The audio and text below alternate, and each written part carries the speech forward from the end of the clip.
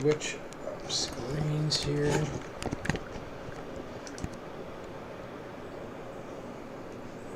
Alright, let's see what we can find.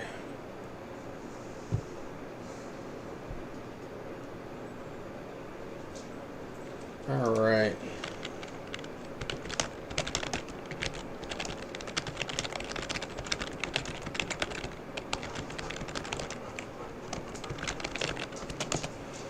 Alright, guys. I'm not liking this delay.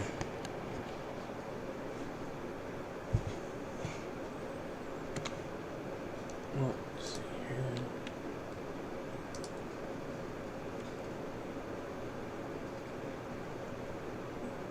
Alright, let's go to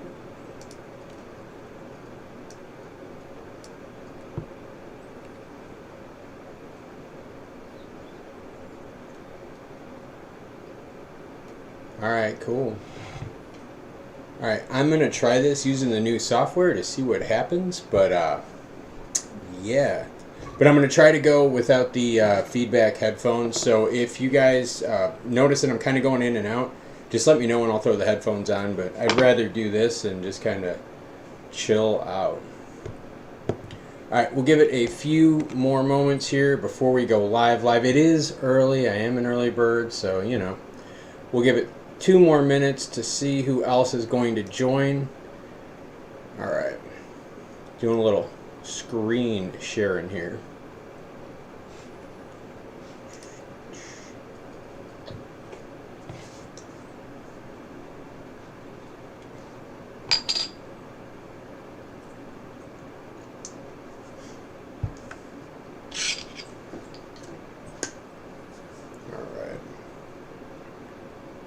Stacks, everything looking good on your end?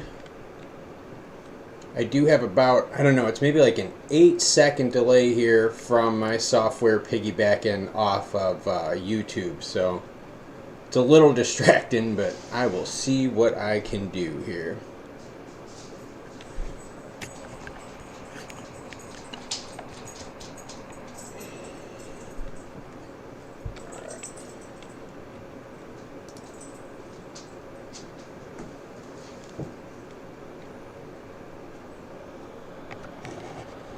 Thank you, Chasing Zards. That helps out.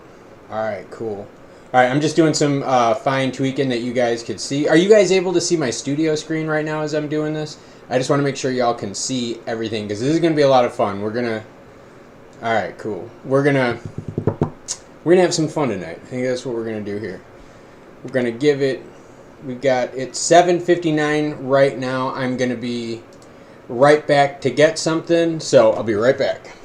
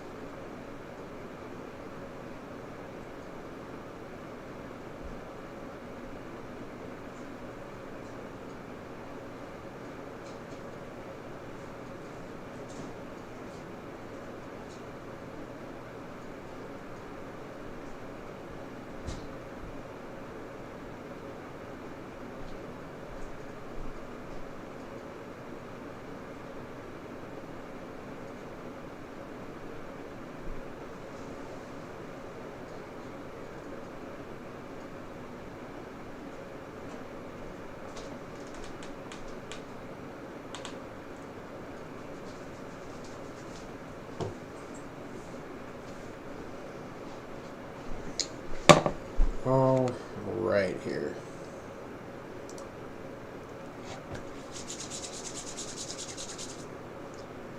All right. Y'all ready to start? We all ready? I don't want to sign into chat. Come on, leave me alone.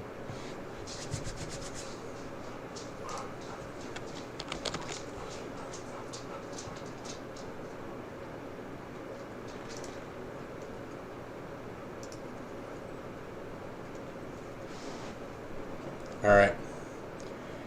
Y'all able to see and ready to do this?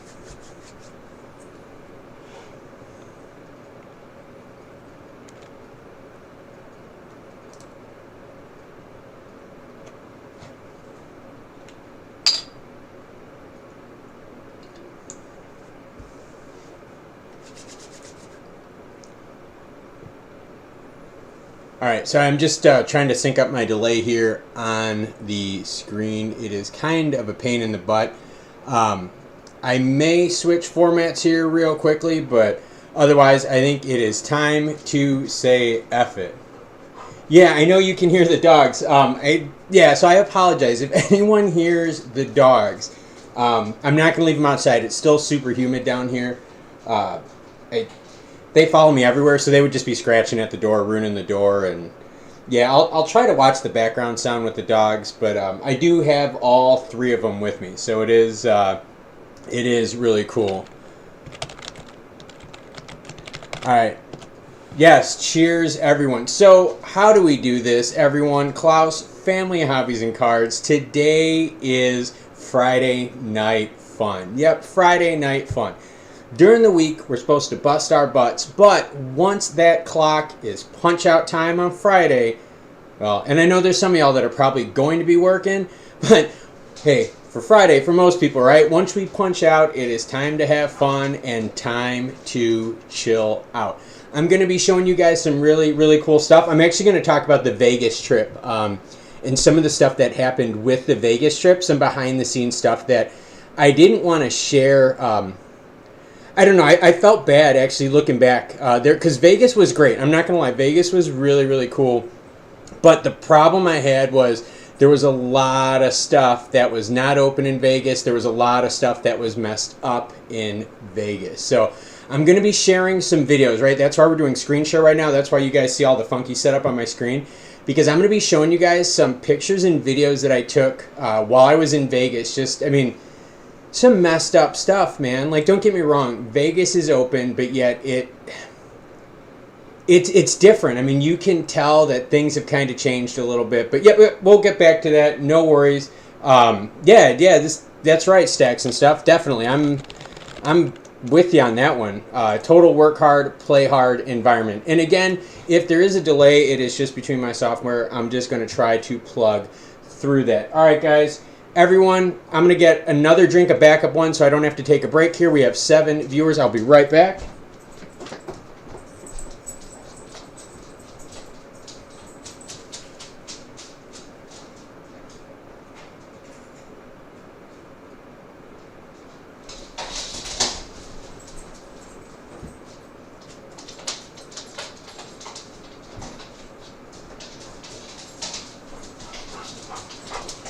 All right. Got my backup drink here just in case. All right, so do you guys want to catch that Vegas story? If you do, let me know in the comments section. Doggy, shut up. Come on, you're ruining it for me. All right, because what you guys are going to see here, all right, I am actually going to share my screen after I probably kick the dogs out because they're just louder than all hell right now. But what I'm going to do is I'm going to share my screen, all right? And I want to show you guys this because this is messed up, man. All right, so I don't know. I'm gonna switch back and forth here just so you guys can see. Let me know in the comments if you can see. Oh, hold on, I'm gonna show you a picture. All right, I'm gonna put a picture up on the screen. Let me know if you guys can see this right here. Comment down there if you could see the trash on the seat. I'm gonna switch back here quick just so I can read it. All right. Yeah, exactly what happened at Cheap Vegas. You guys know what I'm talking about? Hold on. Doggies, get out. Let's go. Ray, Leia, out. Let's go. Go. You guys are being bad and loud. Go take your toy. Go play over there. Go. Kenobi, come here. You stay. No. Kenobi, come here. All right. So we're going to keep the big boy dog in here. And I kicked the other two out. All right. So if you guys can see this, check this out. All right. Here we go. So this was Vegas, okay? So after my wife and I were done traveling, we got to the airport. We got there about 6 hours early. We had a late flight, and we were going through the airport. We were both super exhausted, a lot of walking, a lot of drinking, having fun out there. And dude, this is what Vegas looked like. Can't even make this stuff up. So I'm going to share a video right now. This is me walking through the airport, and you could see trash everywhere. The floors had garbage. I mean, there were whole meals. There's stuff over here, down there on the floor.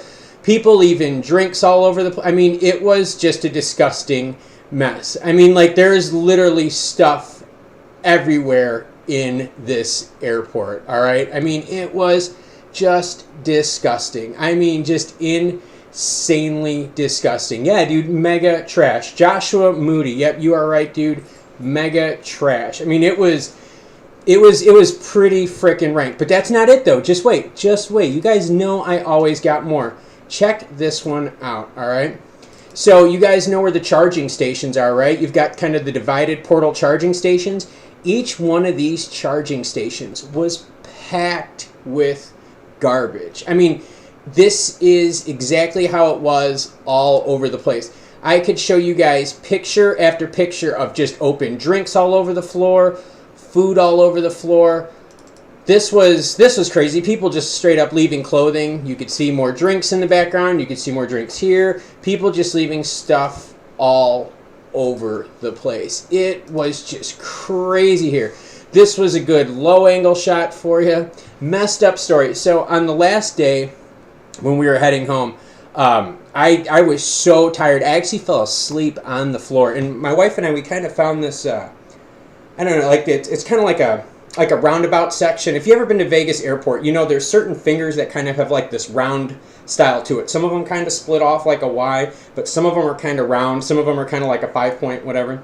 Well, we're in this round section, and I'm laying down trying to go to sleep. I was really, really feeling it. And our whole flight was it was an overnight flight, and we got in at like 7 in the morning. So rough, you know, a few days in Vegas. And then we had to take this flight. So I'm laying on the floor. I rolled over on the floor, and that was my view. Like, I did. I was so tired I didn't even notice it. This was my view on the Vegas floor.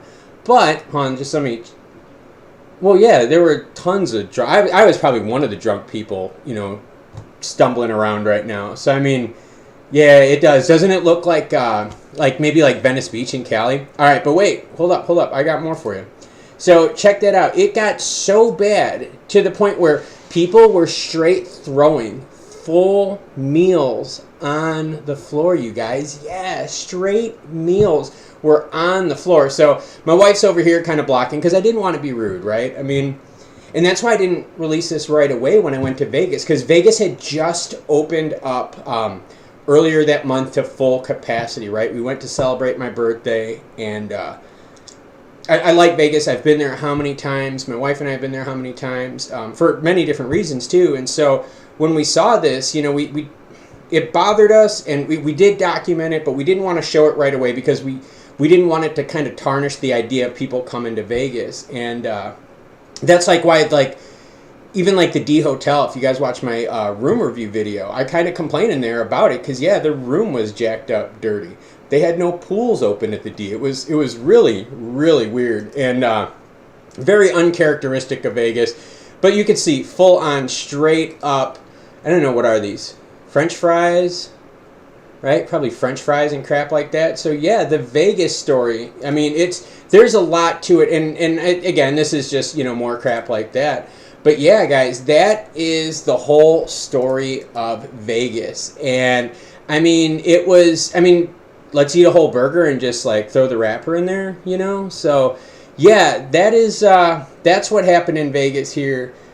And yeah, Jason, no lie, Jason, I just saw your comment right now. Dude, you are totally right. Vegas was just, it was disgusting. I mean, it was really, really bad. I could kind of tell you guys like what I thought and what I saw. I just got to be careful because, I mean, tourism is really big, and I think we all know that tourism got hit. And I'm really big like into tourist places. I mean, obviously I live in South Carolina, so it's like, dude, oh crap, you know, tourism makes a lot of our money here in South Carolina. So I don't really want to rip on anyone, but Vegas was bad.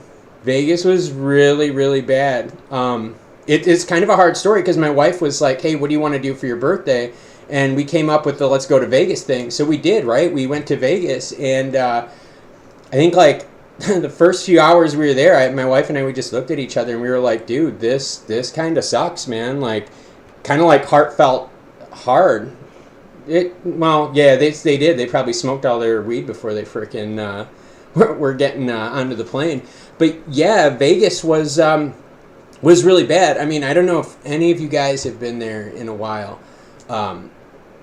A lot of tweakers, man. Lots of people messed out. Lots of people tweaking. Dude, I do not mind if you want to get a drink, take a few, bong rips, whatever. Dude, I totally get it. I don't know how monetization is going to work for this crap. I really don't care. This is just going to be for fun because it's Friday fun, man.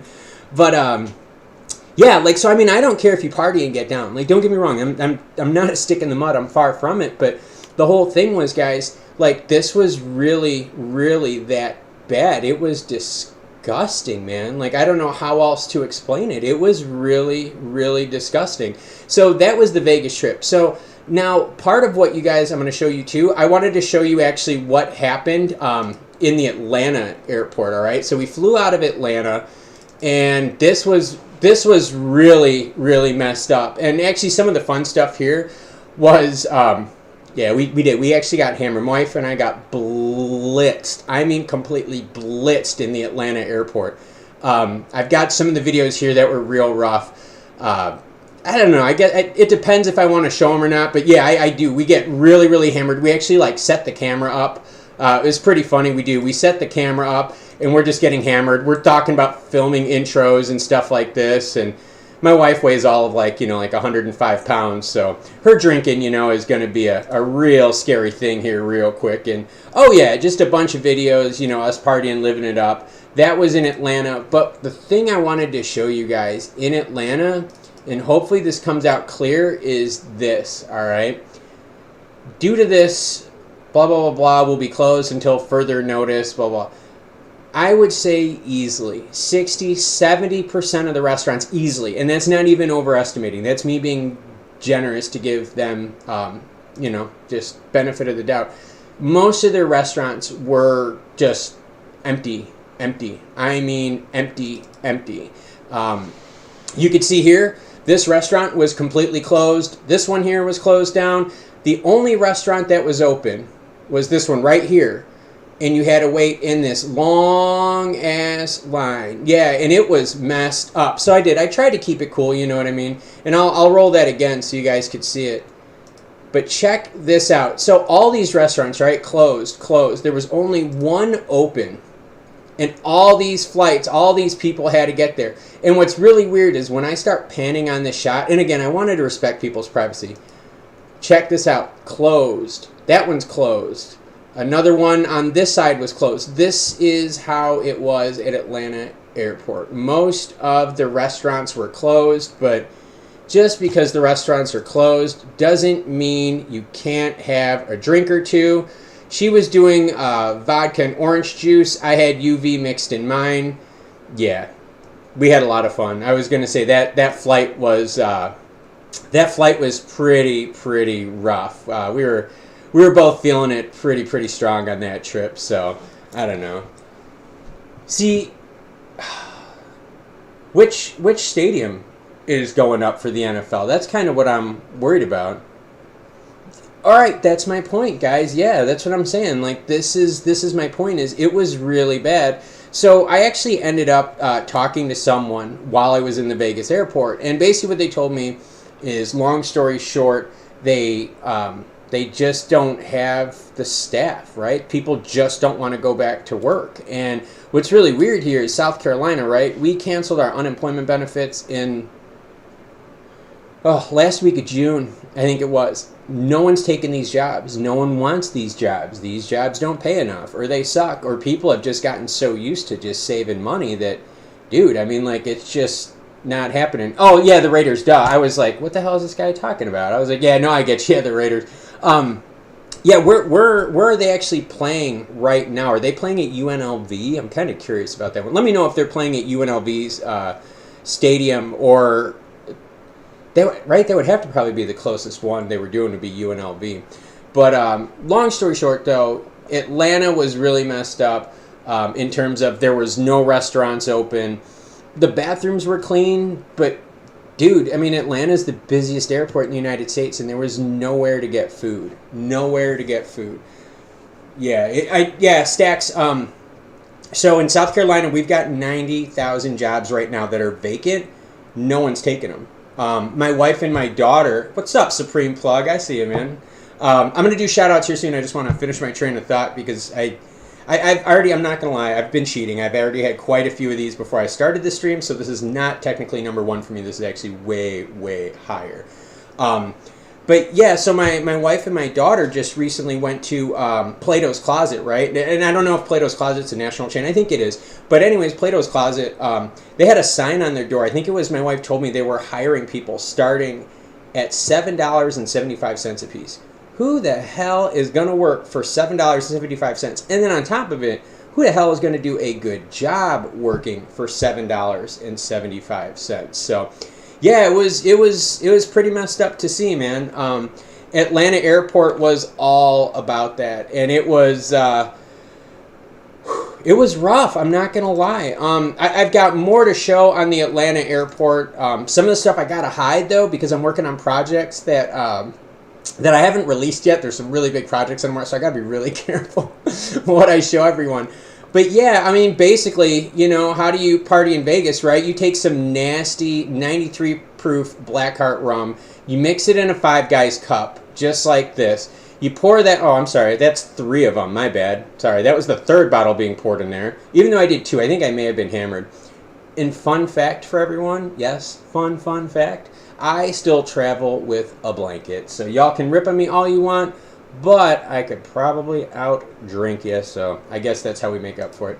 But yeah, it was lots of fun, man. I'm not going to lie. It was really, really cool. Yeah, I know. I was, dude. Yeah, and real quick, I just want to say to everyone, Stacks and Stuff had a really, really cool live stream. The dude has awesome content. Does some really cool stuff with metals, some really cool pours. Dude's got a cool channel, man. I jumped in on his live stream just to, hang out like as a participant, and I actually had a blast, dude. We actually, I didn't mean to spam your live stream, dude, because I got into a lot, but my wife and I were actually watching at home, and my wife was laughing her ass off the whole time. And the best part was, yeah, my wife did have to go to work the next morning, and it was crazy. Yeah, she was a little hungover, so I don't think anyone from her work watches my channel, so I think I'm okay with what I say. But yeah, she was in pretty rough shape. Everyone, I think we need to all do a drink right here. All right. So, what kind of content do you guys want to hear about right now? We could do everything from stories to projects that I'm working on to my views on YouTube now that I am a monetized channel, kind of what I see behind the scenes. We could talk about Bitcoin El Salvador because you guys know I'm a huge freak on that story.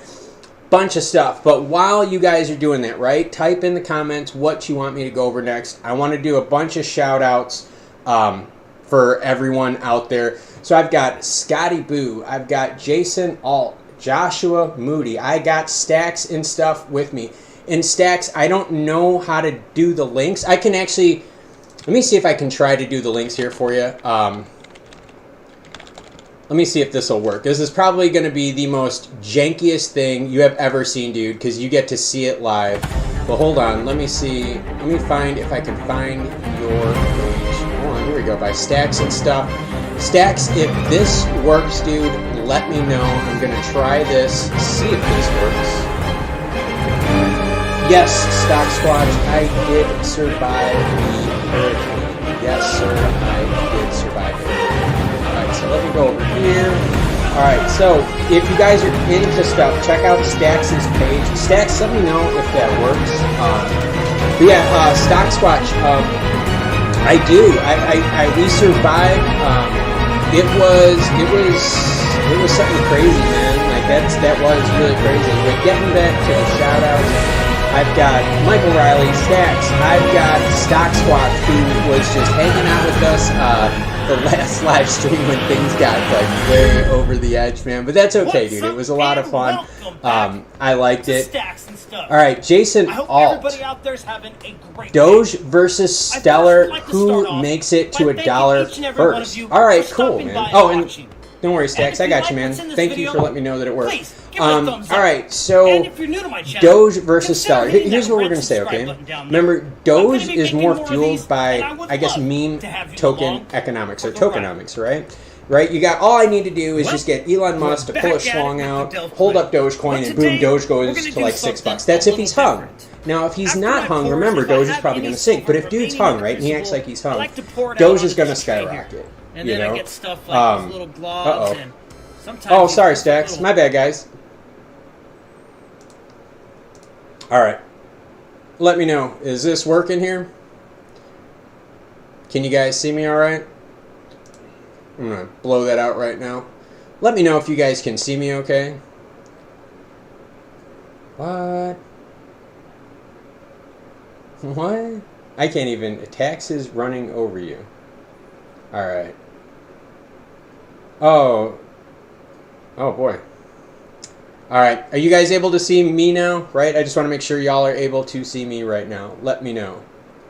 All right. If you guys are able to see... Okay. So, going back to Doge versus Stellar, right? And you guys are going to love this. My mom joined in, so I am not going to hold back. My mom is just going to have to deal with me and my content.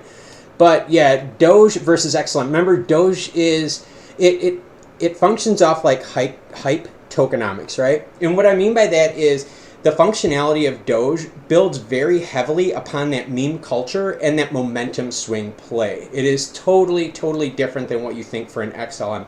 XLM is a lot more of a fundamental play, and I'm going to actually use XLM Stellar. I'm going to kind of just make sure I use all three terms so you guys are knowing what I'm talking about. But think about this, right? Let's say Elon Musk's drops trowel, right? Shows Dogecoin right down there, right? He's like, boom, this is what I got. Dude is well hung, but you know what I mean? Like, there you go, right? No big deal. So in that case, Dogecoin probably go to $6, but if he's not well hung, it's probably going to lose all of its value. XLM functions more on what's going to happen long term. And what I mean by long term is it's a scalability function. Yeah, no, Stacks, don't say sorry. This is me with my technical difficulties. You guys got to love this. But yeah, XLM, it does. It focuses, and it's more on scalability, right? So its focus is peer-to-peer money movement through the Stellar network. And the Lumens, which is XLM, is the actual background token that benefits from these transaction transfers.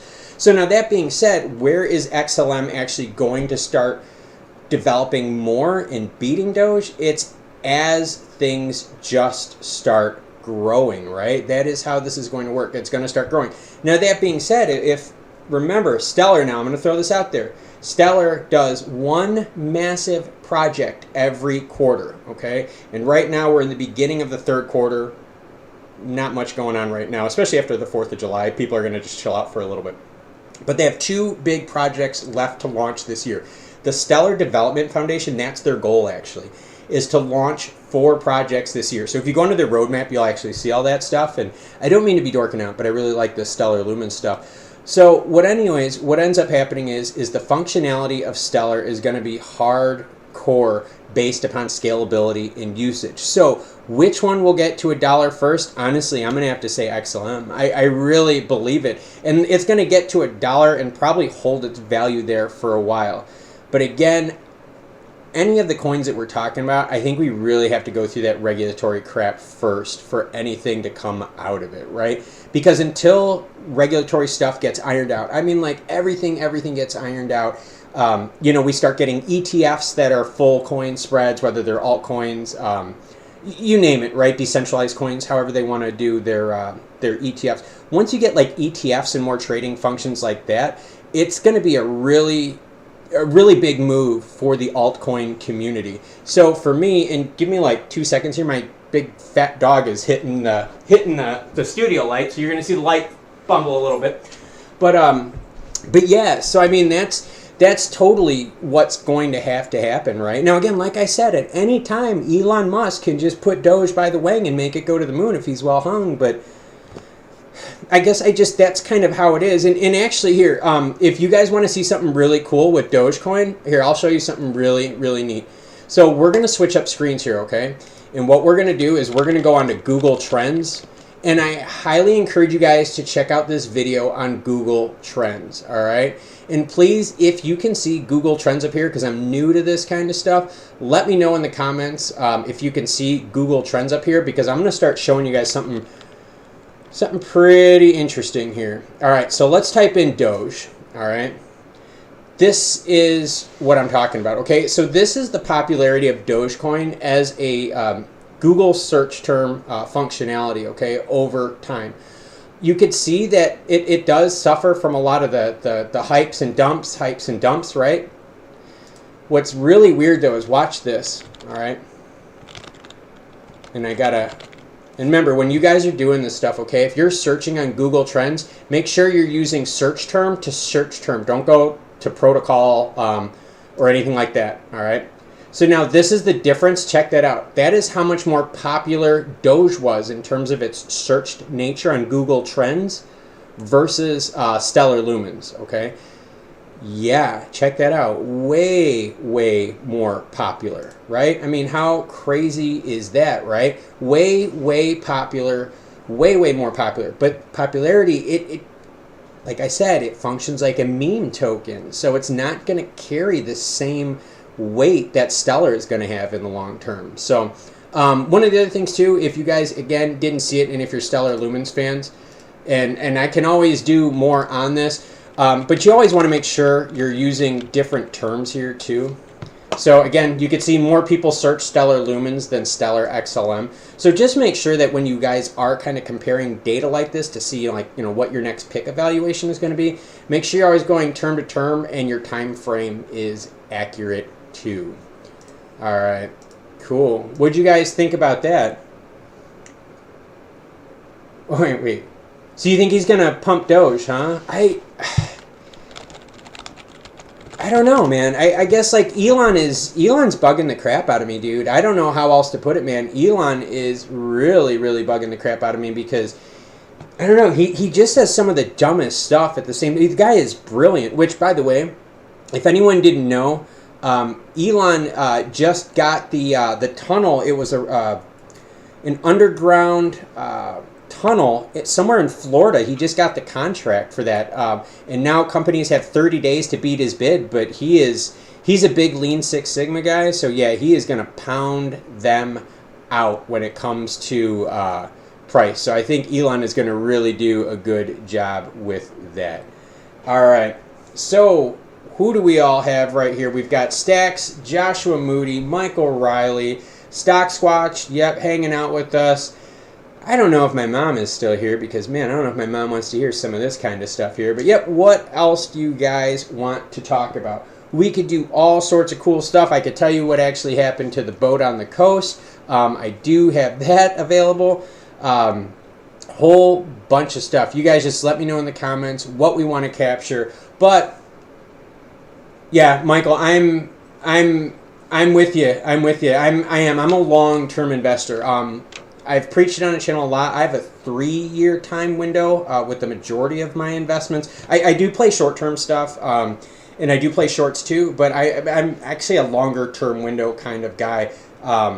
That's kind of my whole idea right there is there's going to be a lot of uncertainty that the Rona is going to put in the financial markets right now. It is. The markets are frosty right now. We've got valuations that are just too high. I'm going to center this camera here. Valuations that are just too high. You got PE ratios that are just absolutely through the roof. So, I don't know, man. Bitcoin at 50K before the end of the year. All right. You guys brought up Bitcoin. All right, so I'm going to start... Oh, yeah, so where's Bob? So you guys are going to love this. I have the house to myself for the next 8 days. Yeah, so where's Bob? Bob is actually in Illinois visiting my wife's side of the family. And they're actually going to be going to visit our oldest daughter, who's actually in South Dakota, in a few days. So yes, Bob is not here. No one is here in this house. It is just me, the dogs, and frosty beverages. So that reminds me, cheers everyone, we gotta have another.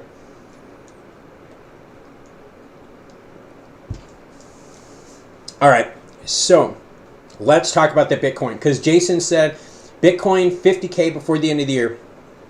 Dude, I am going to level with you, okay? And I'm going to get really, really deep here, all right? Really, really deep, all right? Bitcoin, all right? Here's the deal with Bitcoin.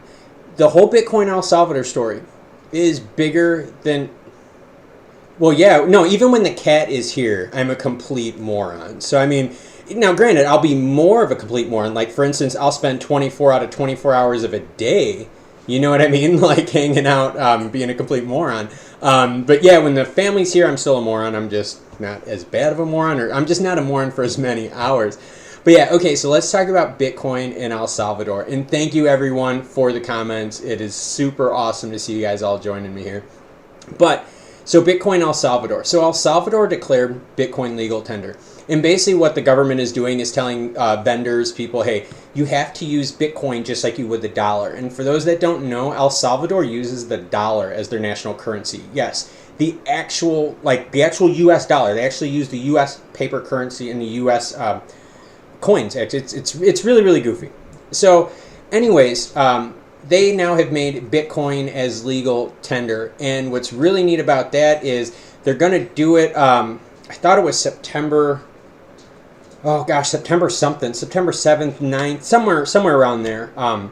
But anyways, so what happens is everyone in the world right now is freaking out because this is going to make a whole country's legal tender system worldly transferable. Think about that, right? So if they start using Bitcoin, just like they would, you know, any of their current currency, the dollar right now, think of what that does to world exposure, right? And one of the main reasons actually why they want to use Bitcoin is remittance fees, right? So everyone that sends money back home has to pay a remittance fee. Those fees are high and it screws over cash-based societies. Total tangent. Check out the El Salvador videos. It's really big. But this is how it's big, okay? So El Salvador, being the first country to adopt Bitcoin as legal tender, now has the tough job of getting it through their regulatory systems, getting it through their banking systems. How do they make wallets for everyone? Are the wallets going to be safe? What happens when Bitcoin drops in value? What happens if you just paid a vendor $1, right, of fiat money for a soda, and then Bitcoin goes up like 4 to 5 times, and now you just paid them $5 for that soda? So it's kind of something that, honestly, they're going to have to really, really figure out and work out through the intricacies. But once El Salvador does it, and remember, these cash-based societies are huge, and this is what I'm going to talk about with cash-based societies, all right? I'm going to bring up another file here for you guys to look at. And this is a super, super huge one, and I got to find this real quick here. So we're going to go to my desktop, we are going to go to my clip arts, and we are going to go to my cash-based society map, and I'm looking for it right now. Where is my cash map? And I'm actually struggling to find my oh, here it is. I just saw it. Where is it? I gotta be careful because I don't want to show you guys everything. It's really messed up, man. I've got special projects I'm working on. But anyways, here's the cash-based society map on the screen. So when El Salvador kicks us into gear, you got to remember there's a whole bunch of countries in this corridor right here. Whole slew of countries in Africa.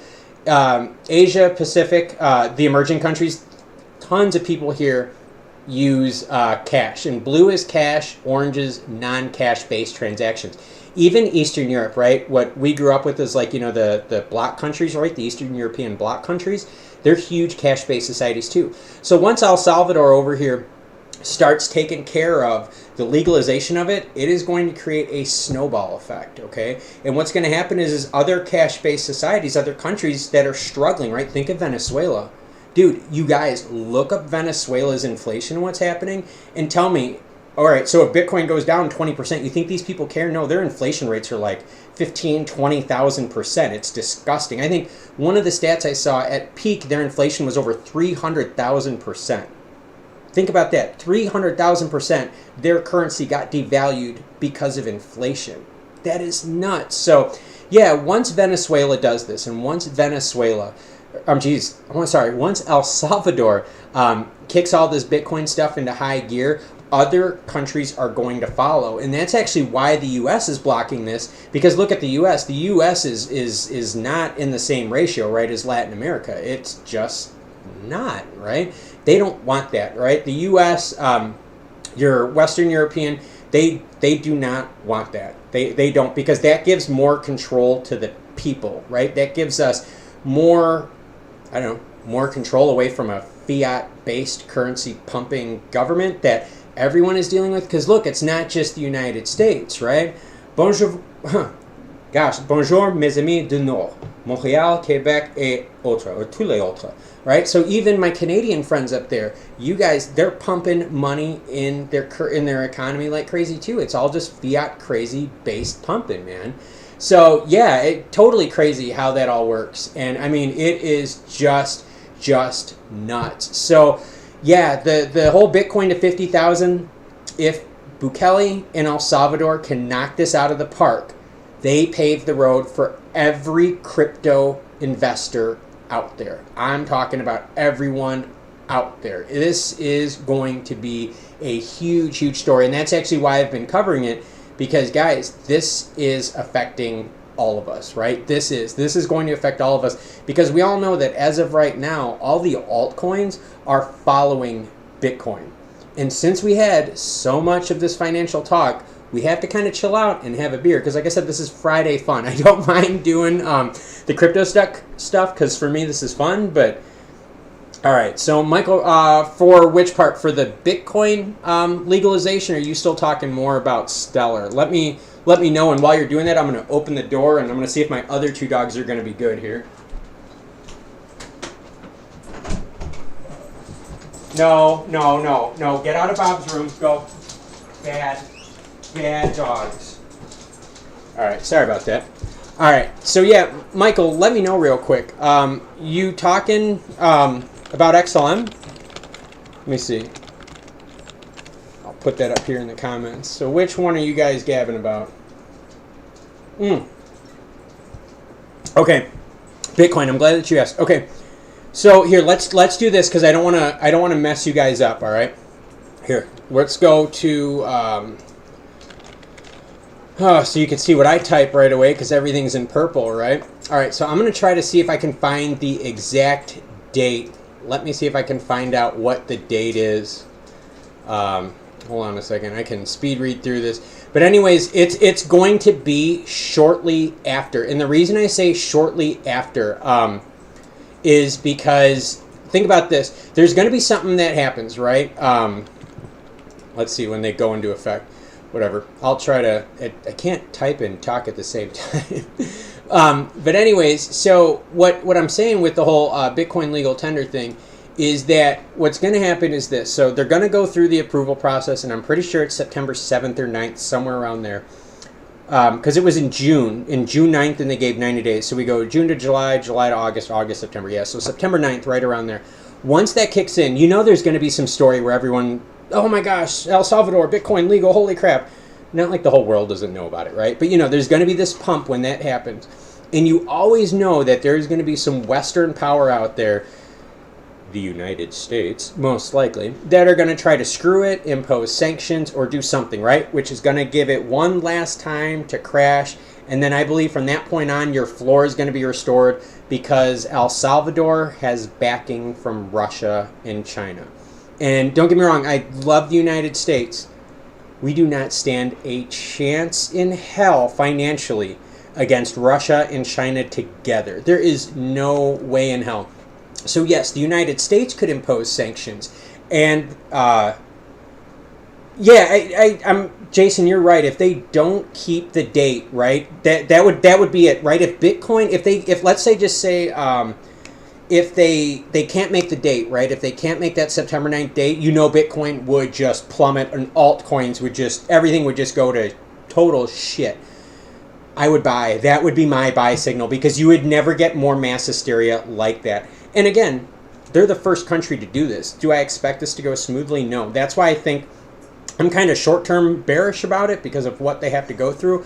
But once they plow through it, dude, they're set. And that's the whole thing. They have China and Russia backing them right now financially. The U.S. sent This lady over, she was the undersecretary of the State Department for Europe, okay? For European Affairs. I think that was her official title. But anyways, dude, this lady is a bulldog. When they send her over, it's usually too late. Usually, so if she's talking to them, that's usually yep, we are going to sanction the ever-living shit out of you. Have fun. Good luck. So I think the U.S. is going to try to sanction. I think that's going to try to dip that price down a little bit. But then once they start working through the kinks, right, continuous improvement, boom, it is going to start getting better. And then once you hear the second country joining on, and the third, the fourth, the fifth, the U.S., Canada, and other major powers are going to have no other choice than to start regulating this stuff and getting off their ass. All right, that is how it's going to go. All right, you guys mind that rant a little bit? Sorry about it. I'm really telling you guys, this Bitcoin El Salvador story is way bigger than just what's happening in that small part of the world. It is so much bigger than all of that. And I think that's something that we all have to, we really got to pay attention to. I'm totally honest, you guys, we got to pay attention to it because this is going to affect all of our investments. So quick shout out to everyone out there. I've got Stacks with us. I've got Michael Riley, Banging It Active. I've got Jason Alt. Yep, you're dropping in too. I got Dr. XRP next door. See, I almost jacked that up, man. I haven't drank enough yet. And just in case, if I get enough of a response, I do have shots too. So it's not just the Weenie Hut Jr. stuff. I do have shots too. Jason, here's the whole thing with Stellar, okay? Stellar and all the altcoins. Dog hair in my damn mouth. Stellar and all the altcoins, right? Here's the problem. Most people don't understand what the coins actually do or what the functions of the coins actually are. So they're right now working so tightly together, right? Imagine if the whole stock market, not sectors, right? But the whole stock market kind of followed the same like altcoin pattern, right? Where maybe just had one or two kind of breakouts. That's because there's not enough information out there for the average investor. I'm not talking about your institutional level or most of us here that are pretty read up on this stuff. I'm talking about your actual your everyday retail investor are really struggling with the concept of what coins, tokens, what's the difference between Ethereum, Bitcoin, Ethereum X. I mean, you guys name it. There's just not a lot of knowledge out there. And that's actually why I've been working so hard on this project covering Stellar. I know it's not going to get me views, guys. Trust me. I know it. I see the view count. My view count it's not that good. And again, it's not because I'm like, hey, Stellar is going to be $40 by the end of the year. Let's get 10,000 views on pumping and hyping crap. That's not me. I don't do that. I cover Stellar XLM because I believe in the project. And the project is peer-to-peer money transfer, which is fast, secure, safe, and for the smallest fee out there on the market. So that is kind of my big things. Thoughts on LumenSwap. LumenSwap is freaking awesome. LumenSwap is a game changer, okay? So what's going to happen, all right? And again, this is all part of the problem, right? Part of the problem is right, all our altcoins trade together, right? We're all swimming in the same stream. LumenSwap bringing more liquidity to the market is going to help us trade. For any of you guys that trade certain equities out there, the spreads are nuts. I was trading Lemonade. I was trading Lemonade. I bought it last year. February, March, April, somewhere around there. And anyways, I was trading it really heavy in January. I mean, I made a killing. It was awesome. But the spread was nuts, man. The bid-ask spread was just, it was nuts. I mean, it was there. The gap was just so big where for people to make incremental money on an institutional level, it wasn't there. LumenSwap and this liquidity, and actually even the market makers program that they're going to be voting on Protocol 18, that bringing liquidity to the network is going to be huge to kind of lower those spreads, right? And where do you see the spreads the worst? On Coinbase. Yeah, check out on Coinbase, right? They jack you pretty good. So LumenSwap totally going to help out. An automated Market Makers. Check that one out too. Automated Market Makers on Stellar is going to be huge. And just so you guys know what I'm talking about, I'll bring that up right here. Automated Market Makers. All right. Yeah, let's see if I can find it here. And actually, I know how to do this. So this was a blog post from Stellar. If you guys want to read that, what I'm going to do is I'm going to copy it, okay? You guys can read it whenever you want. But this actually goes into more of an idea about liquidity on the marketplace, okay? So there is the link in there.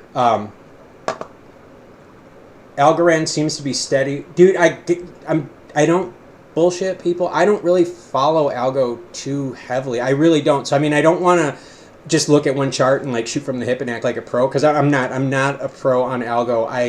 I spend the majority of my time on Bitcoin, Ethereum. I follow Shiba pretty closely because I kind of like the marketing way that they're doing it there. Stellar, and I like Decentraland.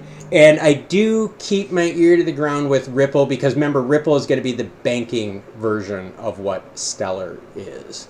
So yeah, check out that story on Automated Market Makers. I think I screwed that up in the video like 8 times when I was editing. And I started getting pissed, and then finally I just left it. And that's when you see me edit in there, I correct myself after I post-edit it, because I just could not get the damn line right. But this is taking me way too long, so let me finish this off and reload real quick here.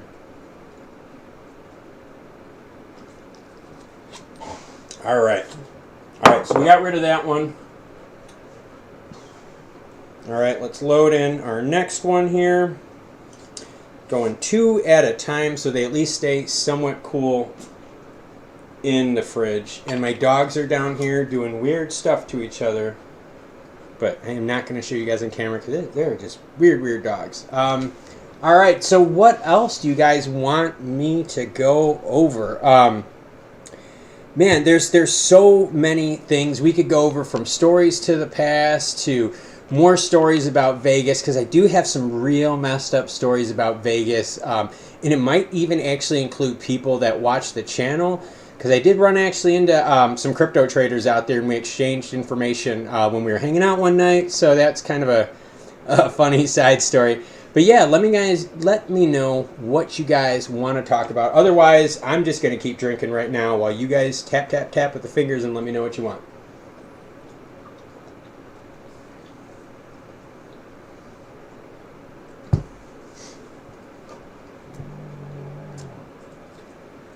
Oh, dude, don't even worry about algo. Dude, don't apologize to me, man. I am totally humble. It's totally cool. Ripple, what? All right, what do I think? Stock, I'm gonna get to you really quick. So I'm gonna leave your comment up there real quick. Doggy, stop. You're being rude again. So what do I think about Ripple? Ripple, honestly, they need to get through the lawsuit. Same thing. I don't know if, imagine this, right? Imagine you're investing in a company and you know that there's a current, come here, sweetie. You're okay, baby. Come on up. Come on up. You're okay. Yeah, you're okay, baby. Sorry. Dogs want attention. But yeah, it's, once they get through, and here, I'll use that analogy. How would you feel about investing in a company that right now is under a lawsuit? You wouldn't touch them with a 10-foot pole, man. I mean, oh, yeah, I get you. Yeah, because you're in New York. I got you. Yeah, and that's kind of the whole idea, right? So, I mean, think of the markets that Ripple can't be in. Actually, there's quite a few coins that are not allowed in certain markets because of state legislation or country legislation. Ripple, going to come down to lawsuit. It is going to come down to the lawsuit. That is how it's going to go. They get through that. That paves the road for them to do some really, really good things. The only thing that's bothered me about it, though, is they've really seemed to drag this lawsuit around, and that's just annoying the hell out of me. I think we need to start acting with a little bit more sense of urgency, but then again, that's why I was talking to you guys about Bitcoin. Once that Bitcoin El Salvador thing happens, there's going to be no choice than the legal world out there figuring out what the hell they're going to do. Because remember, there are a whole bunch of El Salvadorian expats that live in the United States that are going to be sending remittances back with Bitcoin. Yeah, this is going to cause that chain effect. All right, Stock Squatch, I'm with you, man. All right, is Decentraland a cool experience? I hear good and I hear janky. Decentraland is awesome. It's VR graphics and the graphics engine itself that just sucks. That's nature of the beast, all right? I gotta watch what I say sometimes. This is how it works, all right? Any experience you have is in VR, right? It has to be based on two things, right? Two major things. And it's all based on immersion, right? Immersion. You guys always see I am rocking studio headphones. I always rock, I do. I have Sennheiser HD 280 Pros. These are what I use actually when I play music. And these are actually what I use when I edit and I make my videos. So for VR to work, you need great visuals, but you also need good sound. When I make my videos, all right, for this page, I use some pretty funky sounds, man, like some pretty legit tunes, but they only come out legit if you listen to it through a true sound device. VR, it's the same concept, right? If your visuals suck, but the music is cool and the sound is cool, you can get lost in the music and sound, right? But same thing, right? If the visuals are rocking, but you're hearing very, kind of bitty, janky crap, it's going to suck. So realistically, they need to improve the visuals. And let's be honest, if any of you guys have played VR, yes, you can totally get lost in it. You can totally think after a while to just, kind of jump or kind of run or sprint. My suggestion would be this. Drink a shitload. Crank up surround sound, and then play a VR game. That way your brain doesn't process the visualization as well, and you can really get into the experience, and you can really, really get more out of it. So to answer your question, Stock Squatch, it's the concepts are good. All right, it's the visuals are lagging, man. It's like Mario 64, man. It's totally it's the same concept. It's Mario 64. It's just not there yet. The concept's great. And actually, Decentraland is doing a concert. They're doing a concert, so that's going to be cool with the sound. Michael asked, but will tech not meet demand? Yes, but for some reason, I don't know what the hell it is with virtual reality. It hasn't taken off yet. Remember, PlayStation's done this for a while now. PlayStation's had VR, which is, they've tried and it just doesn't capture people. Because think people that like to game, okay? Like our hardcore gamers, okay? I'm going to mess this up. Right? The ones that use, RTX cards and all that kind of stuff, right? The hardcore gamers out there, we want hardcore graphics. We want hardcore sound, all right? That is what makes our gaming experience totally worth it. You know what I mean? That's just how it works. So, yeah, the market will get better. The technology for VR will get better. And once that happens, then I think more people are going to jump into it. But it's been really weird to see VR as a whole really kind of getting hard to take off, for a market adaptation. I use a ray tracing card, right? My RTX card. And even so, it's cool, but, we could still do more, right? I mean, it's just not the same. So, yeah, once the technology does start improving, especially with visuals, you're going to see Mana Decentraland really take off. The concert's going to be huge, too. For you guys that don't know, Decentraland is having a music festival with some really, really cool stuff. You dogs, you can't play in here if you're going to be bad. If you're going to lay down and be good, then you're very welcome to hang out in here. Hi, sweetheart. But yeah, so that is kind of my thought on how VR is going to play into the idea of Mana and Decentraland's growth. It's really going to come down to, can they make a better immersive style event? All right, everyone, reload your drinks here. And Michael, I totally appreciate you being active. I really, really dig it. I mean, that is huge, man. It helps out, when you do live streams like this. Like I said, I cover a lot of fringe stuff, so I know it's not the whole, Mr. Beast. I'm going to buy everyone what's in this fucking triangle. But I really try to lay it down straight, and I try to follow projects that help people out. Not just investments, but people and society too. So that's kind of my thing. Any other things you guys want to tackle?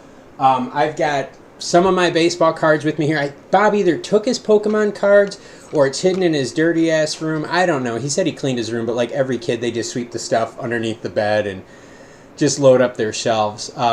You guys, let me know what you want to talk about. I'm totally cool with it right now. This stream so far has been really good. This, for me, I think is technically like drink 5 in the last few hours. So, you know, for me, I'm having fun. I'm having fun hanging out with you guys, and I'm having fun doing all this stuff on the channel.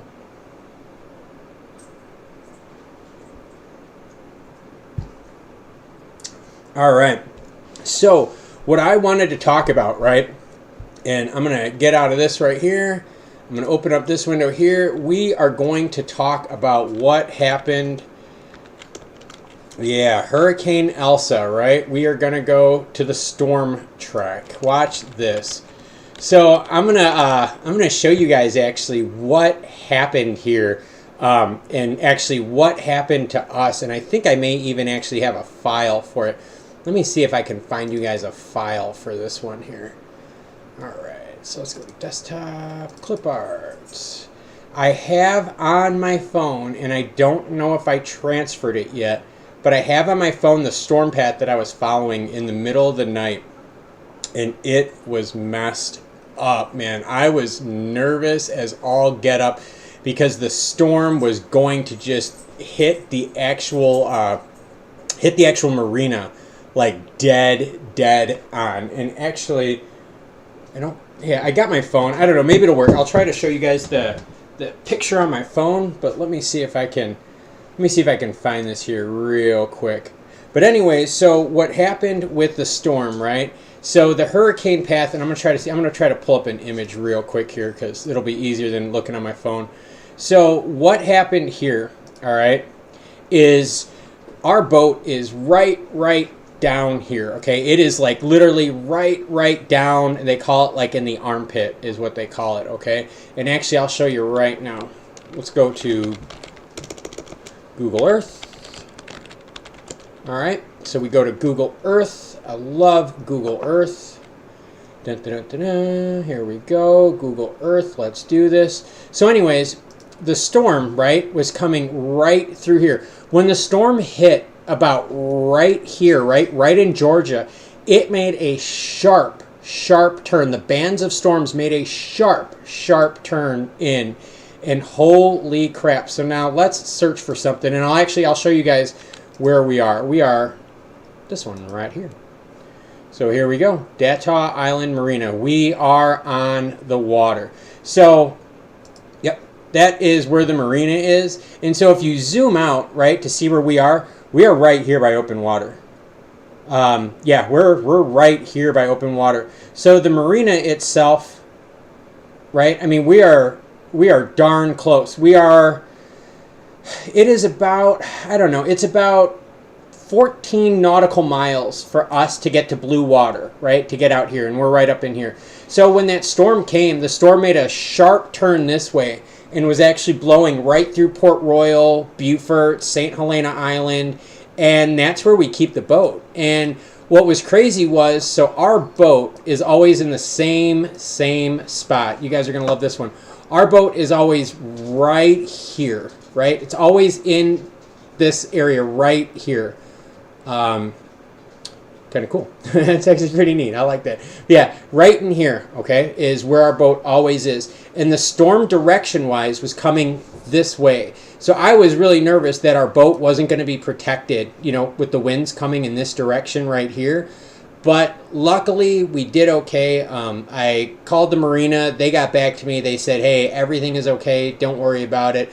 So for 2 days, I was nervous as could be. I don't know how else to tell you guys. I mean, I was so dang nervous, man. It's not even funny. It was really hard for me to go through that because, I mean, it was nuts. It was nuts, man. I'm not going to lie. It was totally fucking nuts with the storm. And I even was actually nervous because I was like, hey, what am I even going to do, you know, with the boat? Oh, okay, yeah, you lived in Sumter. Yeah, I'm upstate, right? I'm like Clemson, Greenville area. That's kind of the best way to think of where I'm at. But yeah, it was jacked up, man. I was really really nervous about the storm, and I put a lot of money and I put a lot of time into the boat, and I've had a lot of cool trips with the boat. And I don't know. I mean, like, yeah, you have insurance and all that, but I love that thing, man. And right now boats are like super super hard to come by. I mean, they're so freaking crazy expensive. So totally nuts. All right. So Stacks asks, when did you start collecting cards? Stacks, dude, gotcha, man. 1987, and I actually have some of the weird stuff that I collect with me. So I'm actually super happy that you brought that up. I am a huge fan of 1987 Topps cards. And let's see if this works, because my camera has a little bit of lag because of the software that I'm using. So I'm going to switch screens super quick. You guys able to see that? Yep. Yeah. So I am a massive collector of 1987 cards. Dude, yeah, Bonds rookie cards. You guys know what I'm talking about. But yeah, I started in 1987 collecting cards, and I've loved it. Griffey rookies. I've got so much cool stuff. Randy Johnson air card with the Marlboro sign in the back. Yeah, that's kind of a cool story right there. But yeah, lots of cool cards. Some of my favorites, though, have been some of the Sox holiday cards. You gotta love Sox holiday cards, man. But yeah, I started collecting in 1987. Huge baseball fan. I've always been the biggest White Sox fan ever. I am a massive White Sox fan.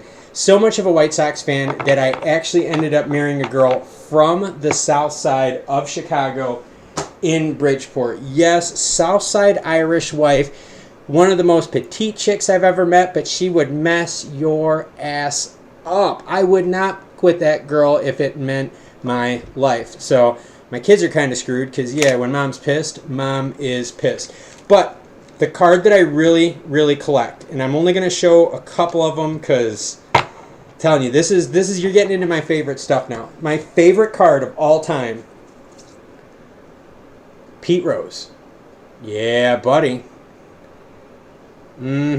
71 Pete Rose. Favorite card ever. Love Pete Rose. Love the card. I have like every condition you could think of. And I even have one of the cool cards. What about a Canadian Pete Rose card? Yep, that's right. Check this out. So it looks the same, right? Here's a US and here's a Canadian one. See if I can do this for you guys here. Yeah, there we go. Check this out. It is the red hair, dude. Here's the backside, though, of that Canadian card. Probably help if I did that right, huh? Check that out. There's the backside of the Canadian versus the backside of the US card. Totally different. And actually what's really neat about the Canadian card is they actually have it in dual languages in the back. So you have your Canadian side and your English side. So yeah, totally cool card to get. I am a huge Pete Rose fan. But again, my real big passion, though, besides Pete Rose, White Sox cards. Yeah, that's right. Holiday edition White Sox cards. Yohan Moncada. Dude, that's just been my thing. So yeah, I've been a huge collector of cards. And actually the coolest baseball card that I've seen recently, and I got to admit, man, I totally got into this. Check this out. Luis Robert candy cane bat. Let's see if I can. Candy cane belt and bat. Okay. Here's the normal version right here. So you can see that. Normal belt, normal bat, not a big deal. This one, his belt is candy cane, and so is his bat. See if you can see that right there. His bat is actually candy cane. How cool is that stuff? So yeah, huge collector. Ooh, Stock Squatch, you are right, man. 1971. And the other one, and you guys remember this, Bo Jackson rookie cards. Yep, you gotta love the Bo Jackson rookie cards.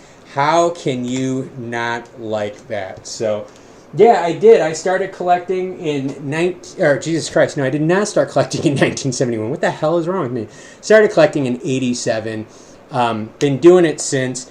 I get hot and heavy into it at times. It all depends how I'm feeling about the sport in general and kind of what's going on with the sport. So for me, that's, kind of neat. Baseball's always been a huge fun thing of mine.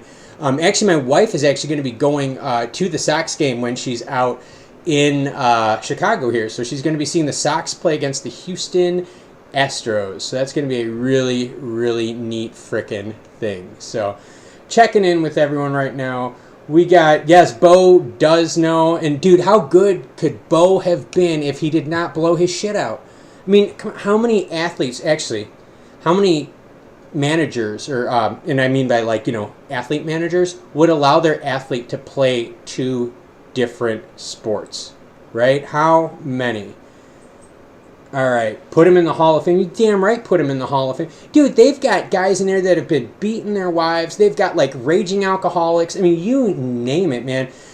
God's honest truth, let the guys from the steroid era in. Let the guys like Pete Rose in. Dude, that is the nature of the sport. The sport evolves. And don't get me wrong, I understand that it messed up the records, and that's kind of where I'm stuck right now, too, is I'm like, oh, crap, man. What do I do with the records, right? With the whole Barry Bonds thing. But, oh, you're a Mets fan? Oh, I'm sorry. Sorry about that. But no, it's cool. I dig New York. I've been to New York before. That's the whole idea is I just get stuck with what do you do with the records that the steroid era guys beat? I mean, especially the home run records and stuff like that. I don't know, but I just let these guys in the hall, man. That's what has to happen. You got to let these people in the hall because it is part of baseball history, Just like Babe Ruth was an alcoholic, man. That's part of the history of baseball. It's not all glitz and glam and roses, man. It's a lot of grinders. Do you guys know what greenies are? Yeah, I'm going to ask a question. If you guys know what greenies are, type it in the comment section, and while I'm waiting, I'm going to have another drink here real quick. And actually, I'm going to reload another drink. So I'm going to finish this one, and I'll be right back. Let me know if you know what greenies are.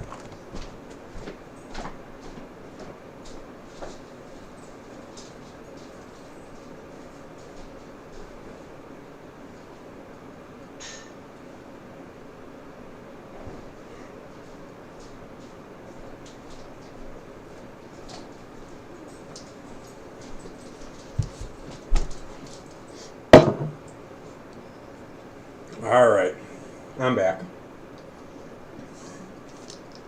All right, so this one is empty too. So I'm going to load up another one right here. Hey, shut up. Your dog loves greenies. I don't think we're talking about the same greenies, Stacks. If your dog loves greenies, actually, maybe your dog does love greenies because I know where you live. But we may be talking about different greenies. I'm going to see if anyone else knows what greenies are because I'm going to talk to you guys about baseball history and greenies. And about leaded and unleaded. All right, that's the other hint. I'm going to give you a little hint on what greenies and leaded and unleaded is. All right, we got 5 people in the room right now. I am loving it. Treats, yes. No. These aren't. No, I'm talking about baseball greenies because we're talking about the steroid era and stuff in baseball. So greenies, and again, I think we're just gonna have to throw the monetization crap out the window, and I don't really care. Greenies are amphetamines, all right? And baseball players, yeah, dude, I'll talk music. Give me a second. I'll finish this baseball story and I'll talk some music. But anyways, so greenies, right? Greenies are amphetamines, okay? And baseball players back in the day, and football players too, were really big into greenies. And these guys would ask for coffee, okay? And they would say, hey, what kind of coffee do you want? And they would say, do you want leaded or unleaded? Leaded coffee was coffee with amphetamines in it. That is baseball history right there. You are welcome to look it up. It is messed up. But yeah, that's how these guys got through it. I mean, dude, this was before the physical enhancement, performance enhancement phase. So that's how these guys got through the 162 game grind, man. Greenies. Yeah, greenies. So kind of messed up, you guys. Yeah, True history about baseball. So if they're going to let people in baseball in the Hall of Fame that were loaded on greenies 24/7, and if you ever listen to like White Sox broadcasts with Hawk Harrelson back in the day in Chicago, dude, they told stories, man. Like, they told stories before everyone became like a Weenie Hut Jr. and a total fucking Nancy. Dude, they would tell really, really raunchy stories about like playing ball back in the day. And don't forget, I also do have these adult treats here. If I get enough requests, I will pound these down. But yes, I will gladly talk music. Michael, what do you want to talk about in music, man? Because I am down. You know what I mean? Are we talking about like what's happening in the music scene? You guys want to talk about who our favorite bands and stuff are? Because I'm a huge hip hop guy. I like to play the drums. I suck at it still, but I can play really, really good transitions. Okay, hold on. If you really think about money as a manager, you want the man playing as many sports as possible. Yes, you do want him playing as many sports as possible, but here is the problem. What if he gets hurt? It screws the other team. And that's where the whole, like, Bo Jackson, there was the outfielder. The guy's name is skipping me. He was a cornerback. Deion Sanders. He was another one, right? Dual sport player. You don't see that anymore because of liability reasons. Hell, they don't even let quarterbacks ride motorcycles anymore. So, kind of messed up how that works. Yes, Twat Hammer, Tool. I will gladly talk about Tool. I love Tool. Tool Sober. Do you guys remember that video? Tool Sober. Yeah, Tool Sober is legit, man.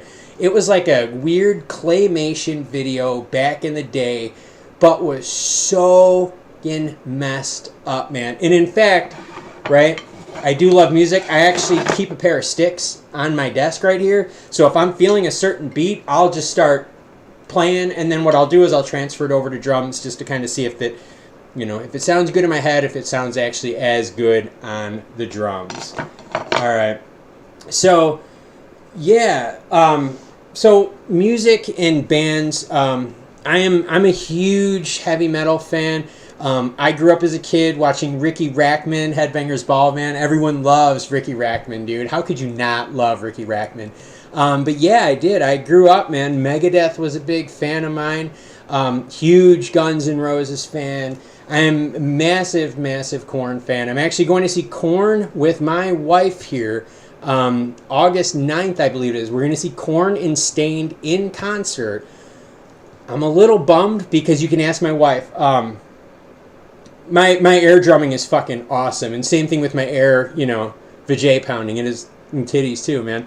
But yeah, we're gonna go see Korn. I'm a huge Korn new metal fan. I love that. It's probably my favorite genre of music. And I always go to the pit, dude. I like to rock hard, man. I've always rocked hard. My wife and I have gone to Korn concerts. We went to one when we were in South Dakota. We went general admission Korn. And she said she will never go again. She's like, dude, I will never go again. So we are now going to a Korn concert again. But the only problem is they don't have a pit general admission. They just have lawn general admission. So kind of sucks. But, with the Rona, the concert's in Georgia. Georgia's a little bit more strict with their Rona stuff, dude. That's kind of soft. You know what I mean? So, but I'm still happy. I'm still happy to see Jonathan Davis rock out. I still like that kind of stuff. Disturbed is good too. Yeah, who doesn't like Disturbed, man?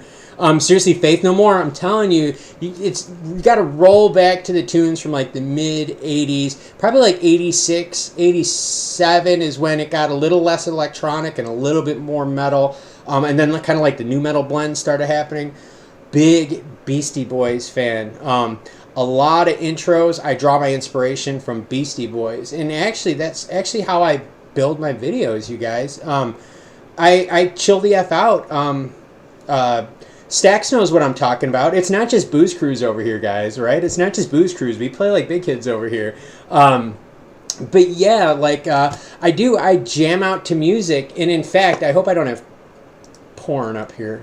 This is not the porn computer, so you can see almost all of this stuff here is stuff that I listen to before I make a video, right? So everything from Cypress Hill Illusions, I've got Linkin Park mixes up here, Symphony of Destruction, The Executioners, dude, Funk Dubious and Superhost. Oh, you gotta love that. Beastie Boys, stuff like that. So yeah, I do. Before I make a video, that's actually what I do. I jam out to music. You know, you get a little faded and X-rated, right? And you kind of start building what you want the story to be. So I draw a lot of inspiration from music. Music, like, cures the soul, man. Music makes you feel good. Music can pump you up. Music can take you down. It causes emotions to happen. So I did a few videos. Yeah, I love Beastie Boys stacks, man. I love Beastie Boys, dude. And that's kind of the whole thing is it just depends on the mood I'm in. You know, like, it's just, if you look at the end of my videos, I also have music teasers at the end of some of the videos too. So for me, I just kind of, it's what I'm feeling for the day, man. Sometimes it's hip-hop flavor. Sometimes it's just like really, really heavy metal. It just depends on, you know, what the mood is. All right, I just did York Mood Shy. I don't know if I'm reading this right. I swear I am not drunk. I swear to God, I could get totally obliterated and probably still read, but I just did York Mood Shy. Michael, just clarify that comment for me. And Twathammer, are you talking about a new Chevelle car? Is that what you're talking about? I'm a big street racing person too. I don't know. Like, I guess I could talk about street racing because most of it I've gotten out of it. I still got my car in the garage, but I'm starting to take it apart. I do. I like Corn rocks, man. But yeah, I am a huge street racing fan. I got a lot of bad street racing stories, really, really bad ones. Growing up in Chicago, you know, in Chicago suburbs and Chicago surroundings, dude, in the 90s, man, mid to late 90s in Chicago is where it was at for the street scene. And I had lots of fun. All right, Twathammer's got 4 dogfish in the fridge. I've got 5 more of these. I've got 2 of these in the studio room right now. I think a couple more on top of the fridge. I've got wine, you name it. I have it right now. And actually, Twathammer, I don't know if you caught this part of the stream, but my wife is out of town for 8 days. So I can be a complete stupid ass for... Oh, Chevelle the Rock Band. No, dude, I have not heard of Chevelle the Rock Band. I'm actually going to write that down, dude, to make sure I listen to it. All right. Yeah, way to go, Michael. Tool is awesome. I know. But yeah, so I can't even type, guys. What the hell?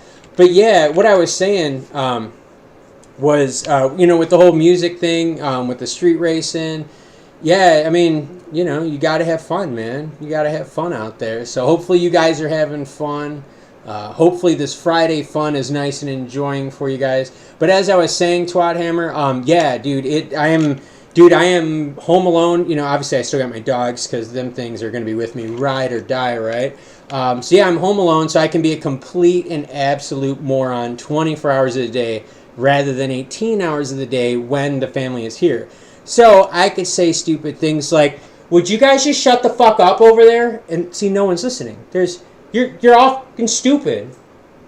Go to hell. See, there's no one there. I can say all sorts of... I could raid my kids' rooms. I could take their beds, flip it all around, hide all their clothes. I could hide, like, my daughter's fish on her. You name it. I could do lots of dumb stuff. And, hey, no one's going to say anything. Well, no one says anything anyways because I'm kind of an adult kid. But, you know, just having fun.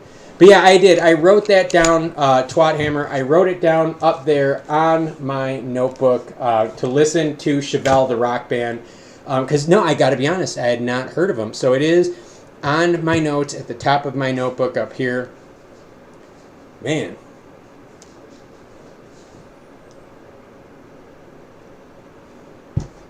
All right. So we're on this music thing. First concert, all right? So first concert for me was Megadeth. God, I'm trying to think here. It was Megadeth, Coal Chamber. And the lead singer, Ugly Kid Joe, he was this was his band.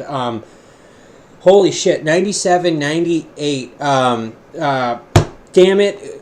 The guy's name was like Whitfield Crane or something like that. The lead singer of Ugly Kid Joe.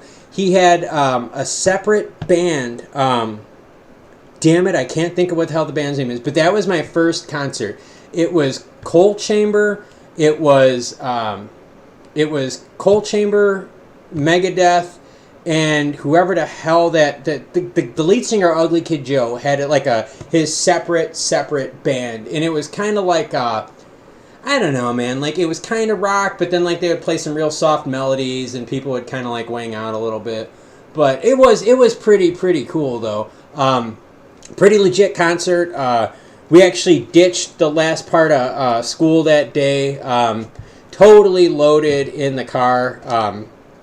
Whatever, you know, I mean, that was a while ago. Yeah, we got totally loaded in the car, hung out. It was actually really cool. And we actually made it to school on time the next day. The concert itself was in Indiana somewhere.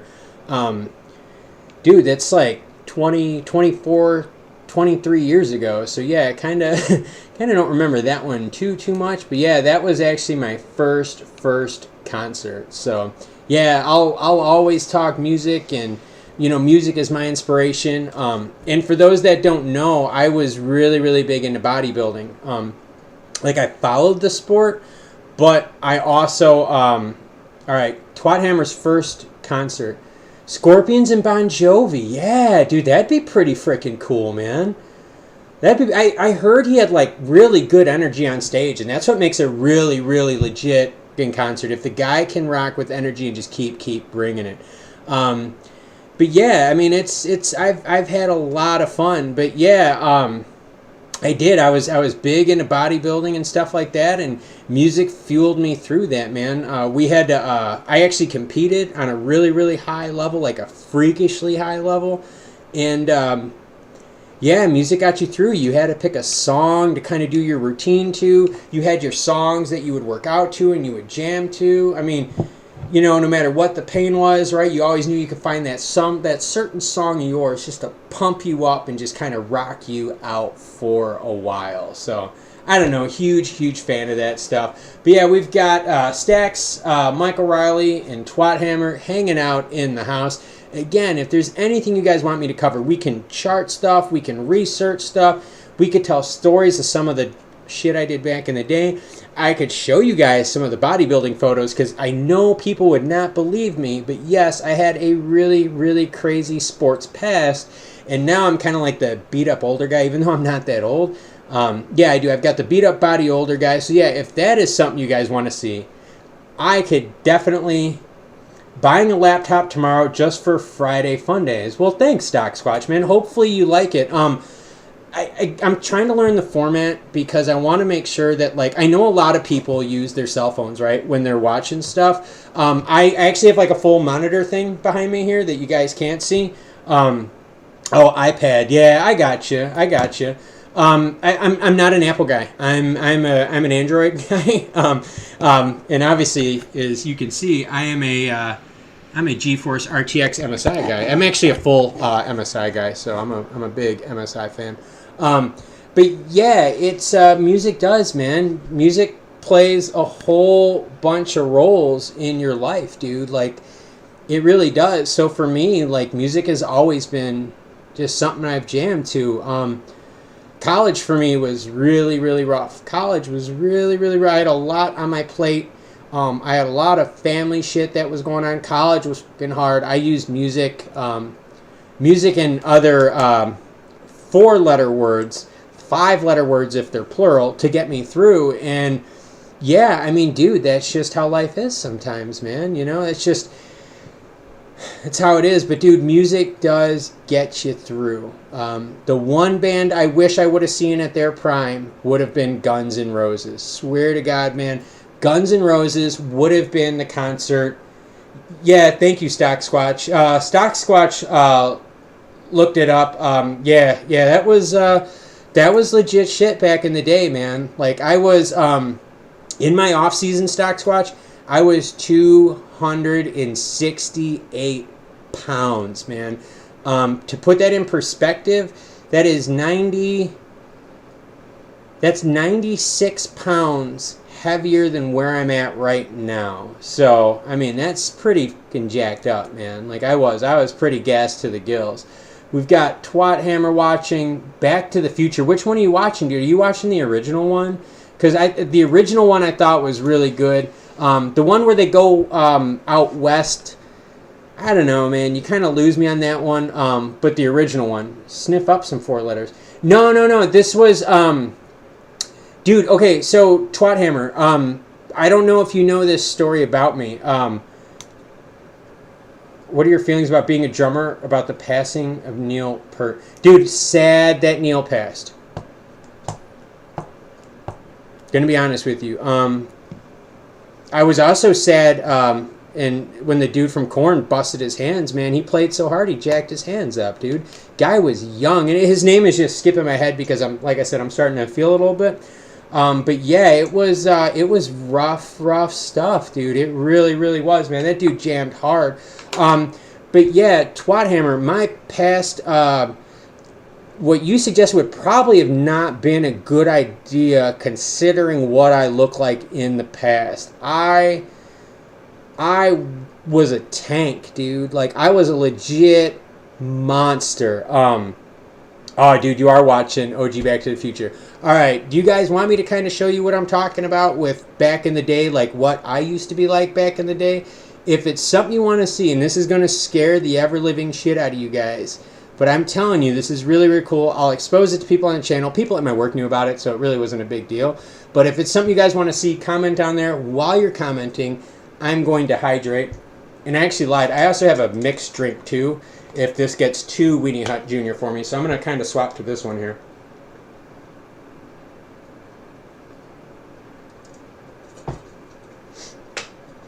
Ugh. Oh, man. What is it? Beer before liquor, you never got sicker? Isn't that what the phrase is? Well, I guess I'll find out later today. But yeah, if it's something you guys are into, saw Rush. Ooh, Queensryche back in the day. Ooh. Oh, I like that. Yeah, that's pretty rockin' too, man. But yeah, if it's something you guys are into, I will gladly go into the archive of me. I'll dig up some painful dirt on myself because the whole story about what happened to me when I was in my sports career was messed up, man. It was really messed up, and I have to give my wife credit for hanging out with me and sticking through it because she saw some jacked up stuff, man. There are stories that I cannot tell you. I should not tell because they are that freaking bad about like what we had to do in the past. If any of you guys are athletes out there, you know exactly what I'm talking about. Well, maybe you know exactly what I'm talking about. I don't know. But yeah, my past sports career, rough, dude. Really rough. New York Moonshine. Yeah, dude, I like that idea. Michael Riley chiming in with the Moonshine. No, this is High Test Rum and Coke right here. I am purposely drinking this with my wife, not here because I get extremely inappropriate with High Test Rum. Apparently, no, Stock Squatch is huge. Stock Squatch is right. Yeah, I'll show it, man. It's hard because it was part of my past, you know, and I can't physically do it anymore. But yeah, I'll show it, man. I'll like I said, I'll open up to people. People are pretty legit. So let's kill Google Earth. And then for fun, I'll put my name in. And we go right here. And you guys are going to laugh. That is not me. None of these people are me. None of these people. Oh, duh. I got to be on Google. What am I thinking here? Go to Google. There we go. Yeah. So this is... Alright, so... Gotta make sure I'm on the right one. Alright, so yes, this was in 2009. And I was blown to the hills, man. So, and actually, I'll see if this one works. I gotta be real careful. Nope, I don't want that one. Hold on. I'll go, damn it. Sorry, here we go. And I gotta find the one from it's from I think it was Muscle Mag did the photo shoot for me. I gotta find it here real quick here, but that is essentially me right here. And let's see if I can. I gotta find the actual picture file itself. Hold on here, guys. I'm trying to find this. Okay, muscular development. Where the hell is it, man? All right. Well, it's in here. I'm trying to see.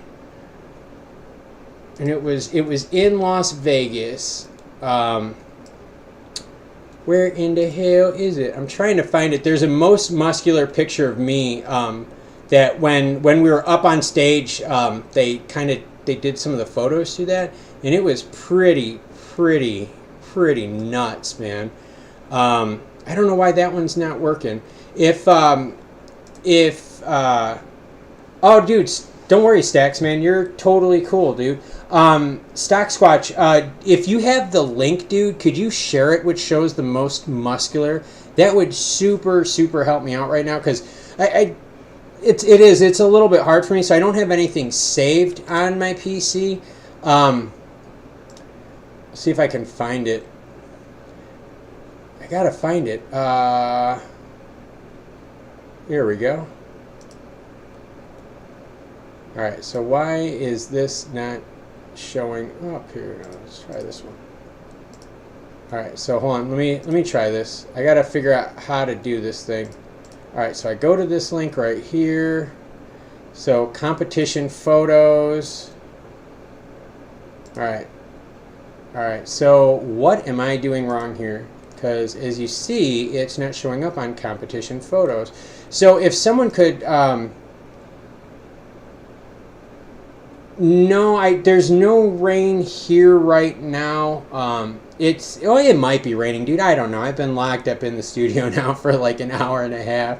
But yeah, Stock Squatch, if you could find the most muscular or the link for that, dude, that would be awesome, and post it on here. I don't mind, man. It's my past, and I'll gladly talk about it. First concert, Deep Purple. Ooh, Perfect Stranger. Wow. All right. Rock on, man. All right. Let me just type this in real quick here.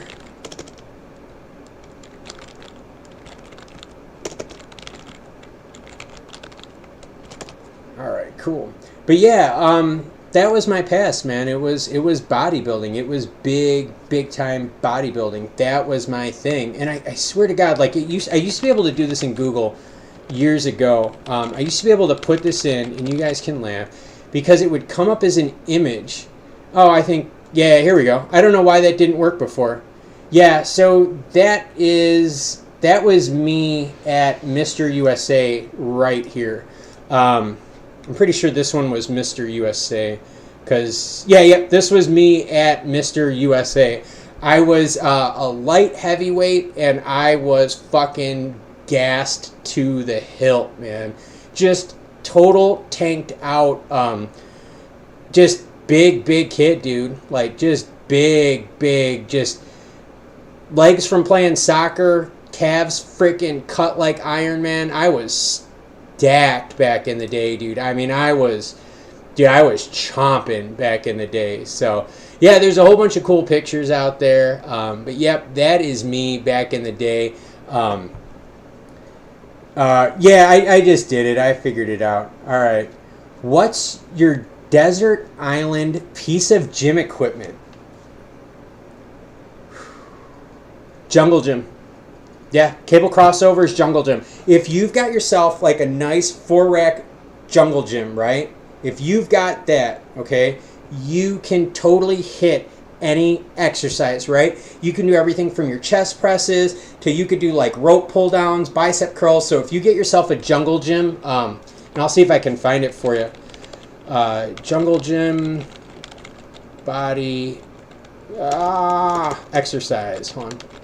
Exercise. Let's see if I can find this is what you're looking for. And I know it's not best bang for the buck because this stuff is crazy expensive. But if you can get yourself just the one with the cable crossovers, not with the squat rack and stuff, but just the one where the cables go up on the top and on the bottom, that is like the best bang for the buck machine. Otherwise, anything that you could use that has body weight resistance would be perfect. Oh, Michael, you're in Rochester, New York. All right, I got you. Yeah, that's right. You guys are getting the storm up there, man. Yeah, so Michael is up in Rochester, and he's getting the storms or the leftovers from Elsa, getting pissed on by another angry redhead. So, but yeah, that was me in the past, man. Was gas to the hilt, dude. I got to be honest with you. So, to tell another crazy story, all right. I was in high school. This is jacked up. My senior year. I started high school my senior year at 140 pounds. I always kept my weight really strict. I was wrestling in high school, freshman and junior. I always played soccer. So I always kept my weight really low. Well, I got hurt. I had a real rough surgery. It was bad. I had a really bad head surgery. But anyways, I started getting totally sauced out my senior year of high school. I went from 140 pounds to the beginning of my senior year in high school to right when the end of the summer of my senior year hit. I was 205 pounds, dude, as a senior. Dude, stacked, man. I remember I was in gym class, and I transferred to this school my senior year because... long story, whatever. It wasn't anything bad. I had already got accepted into college, so I didn't really give a crap about where I went to school for my junior, for my senior. And what ended up happening was I was in military school my junior, so I wanted just to go to public school and just totally party and have fun because I got into college already. So yeah, dude, it was funny. No one would ever pick me in gym class because they're like, dude, who's the new guy, right? They're like, dude, the new guy, man, what the F is this, right? So I always got picked last in gym class. And I always wore baggy clothes too. I always hid what I looked like, and I was pretty jacked then. So the best part was, I remember it was like my second day at gym class. We just got done with the workout unit. Go figure, I was good at that one, right? So I'm sitting there in gym class, right? We're done with it. I go to the locker room. I start taking off my shirt, and this dude is staring me down, and I can't say it on here because it's a derogatory term. But I was like, what the fuck you looking at me for, And I was pissed. You got to remember, dude, I was loaded up on stuff. Twat Hammer checking in Syracuse. I got a lot of New York fans here, man. You New Yorkers, I love you guys up there up north, dude. But yeah, so I did. I took my shirt off, because I was changing after gym class. And this dude's staring at me, and I was ready to rip his head off, dude. And yep, there we go. I was jacked, yo. I was really jacked. So yeah, my first part of my senior year, I went from 140 pounds. I wore baggy hoodies all the time, and I got loaded, dude. Loaded 205 pounds when I started entering the summer from my senior year of high school into college. And that's actually when I competed in Mr. Chicago. I actually won Mr. Chicago, Mr. Teen Chicago in... God, I don't want to date myself here, but I won it in 1998. Yep. 1998, I won the AAU Mr. Teen Chicago. I was gassed up like you wouldn't believe. So, yeah, I've had a pretty interesting past when it comes to sports and life and stuff like that. So, no, Twat, you're in New York, you're in North Carolina. Where are you at, North Carolina, dude? Before I moved down here... I actually lived in Greensboro. I legit had a Greensboro address. If you know what Greensboro is, dude, I used to hang out at Boxcar all the time, dude. I used to hang out at Boxcar, and in fact, my wife, my brother, and I used to party till 1, 2 in the morning at Boxcar. And I kid you not, my brother and my wife both threw up in the same Lyft ride home. So it's 2:30 in the morning. We're driving home from Boxcar. And dude, Boxcar's legit. If y'all have ever been to Greensboro in North Carolina, go to Boxcar. It's a craft beer place, but they have video games in there. Raleigh. Oh, Raleigh's not bad. Raleigh was just east Greensboro, so you probably know what I'm talking about. But yeah, my brother and my wife, we were at Boxcar, and dude, I can handle it, yo. I can hang with the best of them, man. I don't know if I got a liver or bypass valve anymore, but I can hang with the best of them. But anyway, so my brother, my wife, and I were at Boxcar, and we were getting just freaking smashed. I mean, beyond smashed. Crossfaded, right? For those of you out there, yep, Boxcar, the arcade bar, Twat Hammer, you know exactly what I'm talking about. Dude, so I would totally get like crossfaded and hang out. So anyways, my wife and my brother and I are going home, and you guys are going to love this. Dude, they just start puking in the back of the lift. The lift, now mind you, it's 2 in the morning in Greensboro, and we actually lived in Greensboro. I'm not talking about a suburb.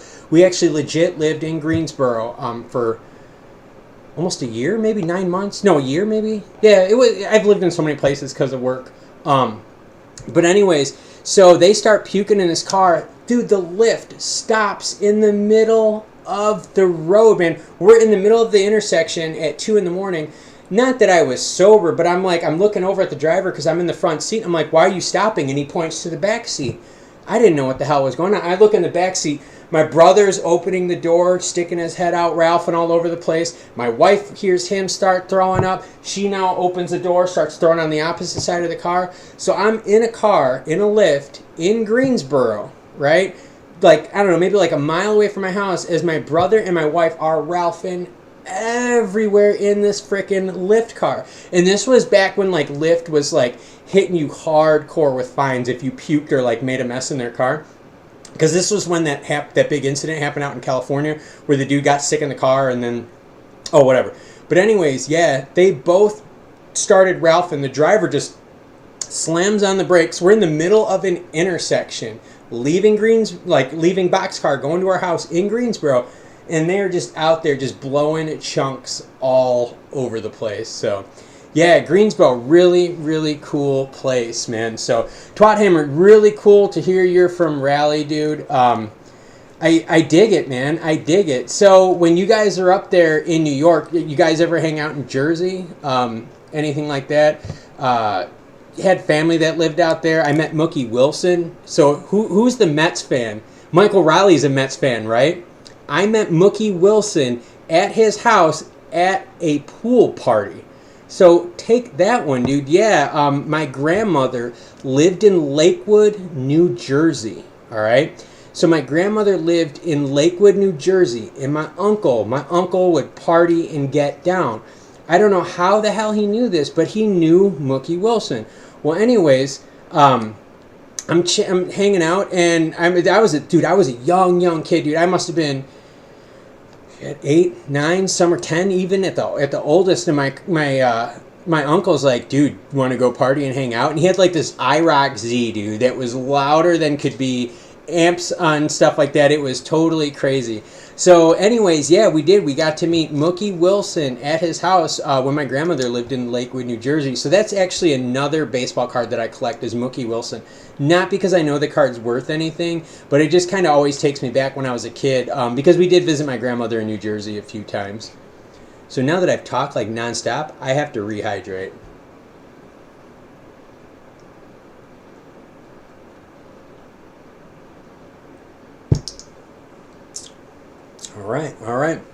All right, so right now we got Twat Hammer hitting it hard. Michael Riley hitting it hard. You guys are totally reminiscent about New York times, and I don't mind it because, you know, it's cool, man. We've all kind of moved a lot.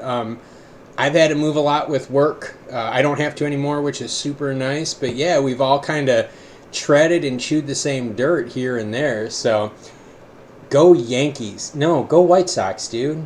Go White Sox. No, go White Sox, man. I can't do that. I might even just put like a White Sox banner right now up on the screen so you guys see my face in the corner and maybe like a White Sox banner just thrown out on the top of it. But it's funny. The dogs are all passed out. They're on the floor. I got my big fat dog down here is hanging out. And I got the 2 girl dogs are all passed out over in the hallway too. So lots of fun. Totally happy to see you guys here. Totally glad you guys are enjoying this.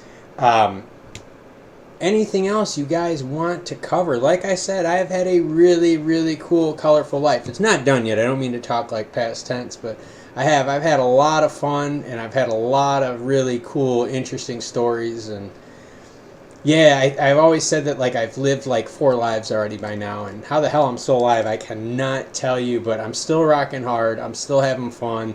And I'm still super, super sharp cognitively, which is a good sign. So I'm going to keep hydrating. Y'all keep smashing that chat button out there, which y'all are doing.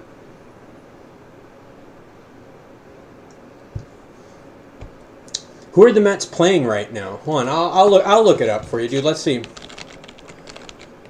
Who are the Mets playing? The Mets are playing the Pirates. See, here's the problem, though. Okay, I don't mind. I don't mind. Hey, the Mets can do good, man. So shout out for the Mets fan out there. I don't mind that the Mets are winning because y'all are National League, and so for my White Sox, we're not going to run into you until you guys get to the series. But I'm telling you, it's that like that Boston. Boston, the Yankees, and the Mets. It's like some really good baseball up in the Northeast now, man. I like seeing that. I like seeing that Northeast sector of baseball really picking up because they got legit independent league baseball up there in the Northeast. So good to see that the Northeast is really kind of hitting it solid with their sports. And yes, the Mets are winning. I don't know. Who are the? Let me see here. Yeah, buddy. Oh, look at that. The Sox winning 9-1. Oh my gosh, against the Orioles. To make you guys cry, I might leave this up there on the screen. Yep, leave it up there on the screen. Look at that. These are some crooked numbers right here, man. Oh, love it. Gotta love it. Gavin Sheets hits another home run. Oh, love it, love it, love it. Oh, thank you, Michael. Yeah, that, like I said, that whole bodybuilding thing, man. Actually, one of the pictures you can actually, I destroyed this shoulder. This is my right shoulder. I destroyed the ever living shit out of it, dude. I really did. I jacked my shit up. I struggle with it today. I struggle with actually several really bad injuries that stem from bodybuilding. But if I could do it all over again, you bet your ass I would, dude. And I'd probably go even harder, man. I went really hard. I torched my body. Got to be honest with you. I was always really, really thin because I was into soccer and wrestling, and I always kept my weight down. I kept my weight for wrestling at 135, and I was normally 142. So I didn't really have to cut too much. It was, usually I did the water weight dropping.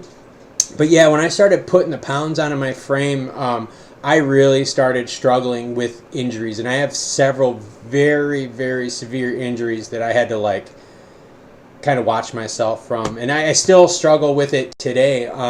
In fact, actually, I'm not even sitting in a chair right now. I'm actually kneeling because it's more comfortable for me to kneel than it is for me to sit on the giant monstrous Pilates ball that I got here, just because it's my spine just hurts so bad. So that's why you kind of see me moving around and kind of shaking a little bit. So yeah, I appreciate it, dude. I have had a rockin' nuts past, man. Everything from crazy academic stuff to crazy sports, and I'm actually retired now. Like, you guys can all laugh, but I'm actually retired. I'm super bored. I've been retired now for 2 years.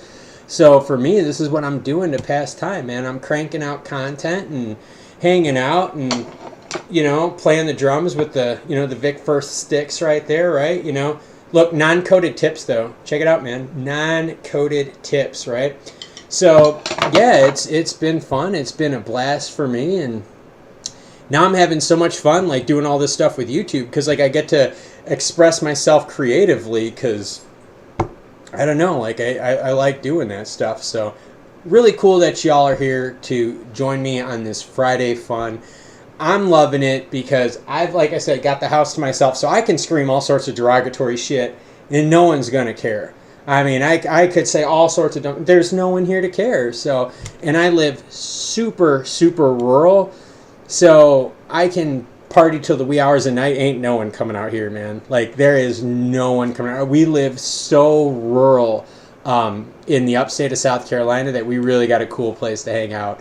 For those of y'all that were in the first live stream, you saw like we hosted it on the backyard, and you guys saw like we do. We've got an expansive amount of land and lots of privacy, so I can always rock really hard and always kind of let it happen. So I mean, I don't mind that at all. But yes, thank you everyone. Let's cheers it up. Let's have another one.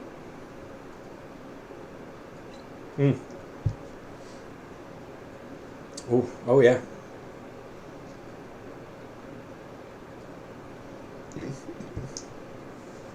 All right, I'm going to be right back because I do need a refill. A drink should never be empty.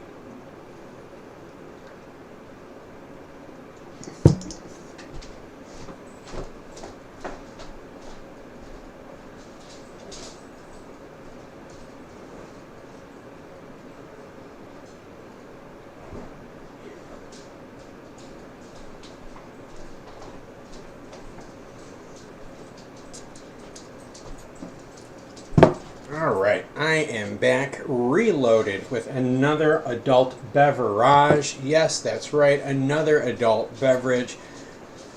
Air Drum Tool Sober. Dude, it's slow. I'm telling you, dude, seriously. Okay, so here's the one thing I can tell you with drumming. It is the weirdest thing in the world. When a lot of people play beats, right? Because it starts off with down, right? But anyways, what they don't realize is that when you actually hear like a music, like the final track, there's people jamming in the background that usually fill stuff in. That's actually why I actually like live performances, because live performances, they will have like a fill-in person playing like the support part of the sounds, but at the same time, it's more authentic. So I don't know. It's a little bit different. So yeah, the big thing I learned with drumming is you're playing not what you think people are hearing. Like for instance, right? One of the things I like doing, I love playing Insane in the Membrane. I love playing that song because you can play so many different fills that fit that, but that match to the beat that you can play like through a really, really sound rhythm. So it's kind of cool stuff there. I do really dig it. Looking forward to the video about Ethereum X. Yes, fan page checking in. Dude, I got you, man. I do. I've actually mixed a beat. I've actually got a special beat for that video, and that's actually what's been taking a really long time. Is I've got a really, really sick beat that I'm going to play in different clips of that video, and I'm going to make it really good because I've actually had 4 people comment to me. I kid you not, dude. Fan page, I swear to God, man. 4 people have commented to me in the last couple days about Ethereum X. How crazy is that? So I'm sitting here going, well, wait a minute. I've got 4 people asking me about this. I'm like, dude, I better legitimately do this video. So yes, your Ethereum X video, it's in the making. Yeah, we can talk about your thoughts on Ethereum. Oh, man, Ethereum. Okay, so Bitcoin, Ethereum, like I get it. Trust me, I totally get it. But here's the problem with Ethereum. Look at the fees. And I think you guys are going to get my hint when I start talking about Ethereum X and how different it is. Look at the fees with Ethereum. And remember, right, coins like Bitcoin, coins like Ethereum, Lumens, right, which is the backbone of Stellar. These coins, after a while, right, the big coins, the only reason they're big now is they were some of the first ones, right? So if you wanted to transfer money with Bitcoin, you have to pay more depending on if the network itself is clogged up with crap, right? That's just how it works, you know? Think of Ethereum gas fees, right? There's all these weird, like crazy, funky fees in the background. And that is horrible. Like, holy crap, is that horrible. But what happens is you start looking at a coin like Stellar Lumens, the fee is next to nothing, right? So the transfer fee for Stellar Lumens, hey, sweetheart, come up here. Come here, baby. Oh, my little puppy. Oh, hi, baby. This is actually my puppy, and she She's a big girl. She is just turned 2. Hi, baby. No, come up here. Come up here. Come up here. Oh, my sweetheart. Yes, this is my puppy. She just turned 2. Come here, baby. You come on up, too. Oh, hi, sweetheart. Oh, my baby. Oh, okay. All right, get off. All right, go, guys. Go. But yeah, so anyways, getting back to it, my thoughts on Ethereum are this. It's the fees. And once investors and the marketplace and people that use Ethereum start seeing, and in Bitcoin too, remember, this applies to Bitcoin too. Once they start seeing the fees associated with transfer and how long it takes with transfer, these people are going to shift from like the Bitcoin Ethereum world, and they're going to shift more to like the XRP XLM world because of the fee structure. So just kind of something to think about, that Bitcoin and Ethereum, right, are your 2 big players, but they are not your most efficient players. Bitcoin is going to struggle with scalability. I did a calculation, and I think it was something like yeah, I know, the dogs are awesome, man. Love the dogs. But yeah, it's but Bitcoin and Ethereum, I think Bitcoin's max rate of transactions per day was 864,000 transactions, and it all had to do, there was a mathematical formula that did it. I did it on one of these videos. I think I did it in the comments section, actually. I did the math for someone on there. But that's going to be the problem, is scalability. Bitcoin was not built for scalability. That is why the fees go up and down crazy, and why during peak demand on Bitcoin, the fees are nuts. Go in, do a Bitcoin transfer calculator, right? Put that in and check out how nuts the fees can get when the network is clogged. Dude, Stellar Lumens, you do not have that problem. In fact, here, check this out. This is to show you the difference, all right? All right, here we go. All right. So if you go here, and if you go all the way down, I'll show you guys what I'm talking about. So we're going to go to Tools, and we're going to go to the dashboard, all right? All right, so check this out. These are all the ledgers, right, that you're going to see here. Look how fast these are closing. I'm looking at this right up here, okay? Average ledger close time in the last 200 transactions, 5.41 seconds. Dude, that's nuts. These are different things that are happening. And here you go. Check it out. These are the things that are happening.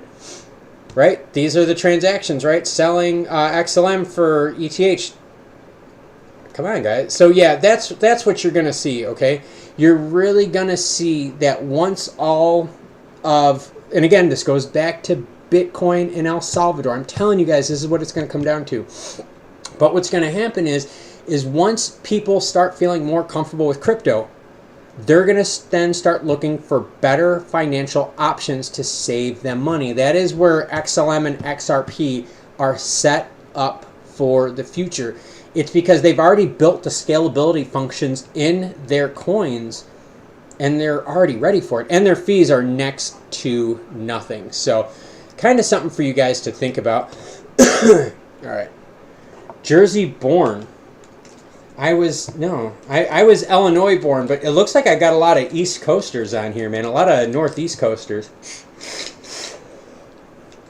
Wheezing a little bit with the dogs. Holy crap. But when you wheeze, you have to rinse the inhaler down with booze.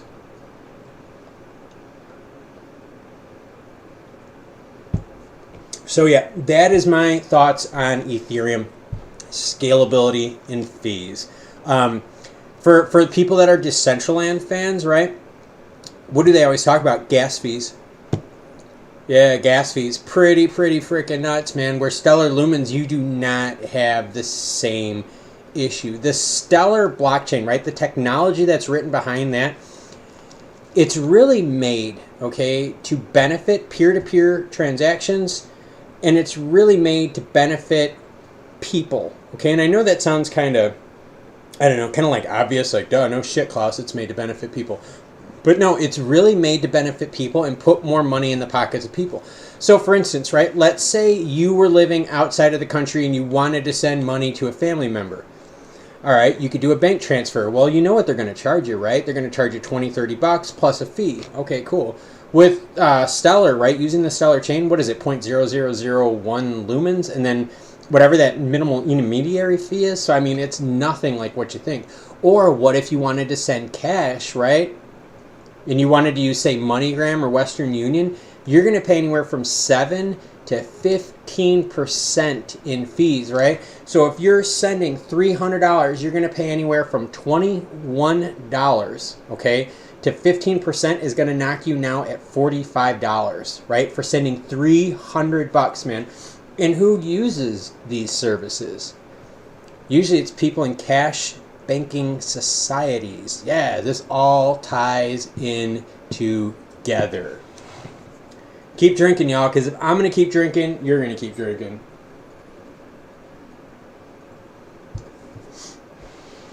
All right, and I'm just checking in right now with everyone. We've got Mike O'Reilly hitting it hard, Twat Hammer here hanging out, fan page checking in. I know Stacks was with us. He's probably pouring right now. Again, Stacks and Stuff has a legit effing channel, and the dude's legitly freaking cool too, man. He has a really cool channel that you guys should check out. Love his content. Love what he does. Really, really neat stuff. Stacks is a really cool channel. So he's probably pouring. He pours a lot of silver, and he's into metals and stuff like that. Dude's got a legit channel. But yeah, thank you. We've got 6 people rocking in right now. Everyone, check in. Let me know who you are. Let me know who's listening. And let me know what you guys want to talk about. This channel, or at least Friday Fun for right now, is decentralized. Any news about the Stellar Ethereum bridge? Okay, I know what you're talking about, right? You're talking about Pendulum. Oh, yeah, see? Do you know how many of these drinks it would take for me to forget about something with Stellar, considering it's burned into my head? I think I've done over 100 videos alone just on Stellar. So the Stellar Ethereum bridge with Pendulum, okay? They have not provided any updates as of late. Okay, so give me a second, Twat Hammer. I'll get you there in a second. All right. So yeah. So the Ethereum bridge, right? They have not updated anything on that yet. So now remember when the story broke. We broke the story. I think it was June 7th. I think it was June 7th. So if you guys want to see how messed up my brain works, let's find out. So let's see if we can go to June 7th to find my Stellar Ethereum video. Hold on, guys. Holy crap, Stellar and Ethereum, June 7th. So see, even when I'm pounding them down, Big Daddy still has it up here.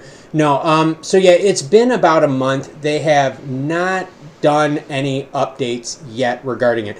I'm actually looking both ways. I'm looking on the Stellar end and on the receiving end. And no, I have not heard anything yet in terms of update. But that is a story I promise you that I'm going to keep everyone updated on. I actually have behind me. So behind my monitor, way back, behind my monitor, I've got a big whiteboard where I've got a whole bunch of shit written down on projects that I'm working on. And actually the Stellar Ethereum bridge is near the top for me to keep on with updates. So if there's something out there that you guys want me to do a video on, mention it in the comments, hit me up in one of the videos, just let me know. I'll gladly do it. Hell, type it in the comments right now, because it is, what time is it? On the East Coast, it is 10:04 right now. We're still going strong. We'll still keep the stream going. If you guys are having fun, I'll keep doing this because I am enjoying it. And yes, Stacks, much love and respect back to you. Now that I live on the East Coast, I cannot say that the West Coast is the best coast. Okay, I don't know if I can do that, man.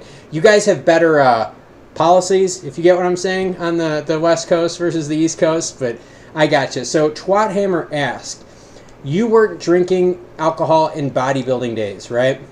Okay, so in my bodybuilding days, no, I that's, oh God, okay. I'll complicated question, but I will give you guys a legit answer on what happened. Okay, So when I was getting ready for a show, okay, like I'm talking about like contest prep, okay, like 3 to 4 months out of a show, I was strict as shit. I was super strict. Even like off-season prep, I was really, really strict too. But I would allow myself every once in a while, though, to have a drink. But it was super, super rare. And it was because of the calories, right? Because the calories were empty crap calories. So there was nothing I could really do with them. But now in terms of other stuff, oh, dude, I was blazing a trail, man. Every day blazing a trail because of the pain. The pain was bad. The pain was really, really bad getting ready for the show. So yeah, there was some fun to be had, but no, I did not drink. In fact, getting ready for Mr. USA, I will tell you that I did have quite a bit of fun in terms of I had fun. Okay, whatever. I'll just say it. Yeah, I had fun. But the main idea, though, behind it was I was really strict. I would skip eating for my birthday. I skipped Thanksgiving dinners, Christmas dinners, the whole spiel. I did. I skipped it all because I was super, super dedicated to the sport. So Michael Riley chimes in. The drums are the foundation of a band. Dude, the drums provide the beat, man. When drums get out of sync, okay? And actually here, you guys want to know what the best version of what drums can do to a song? Okay, I want you to look about this, okay? Look up Korn Blind, okay? Korn Blind played in 2006 versus Korn Blind played on the actual original track. The speed is way different.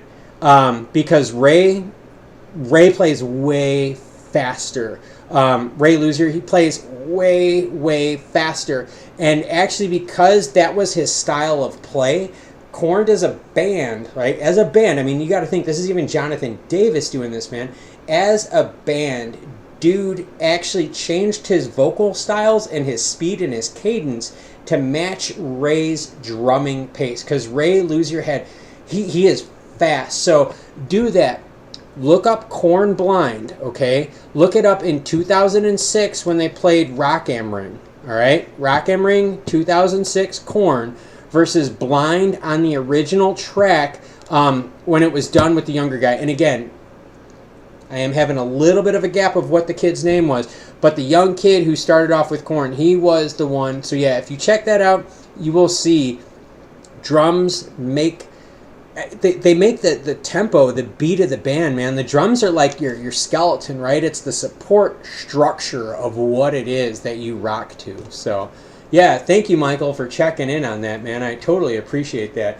And Stacks, if you are still listening, dude, right? Crossfaded, man. So, hanging out. Stacks, again, great channel.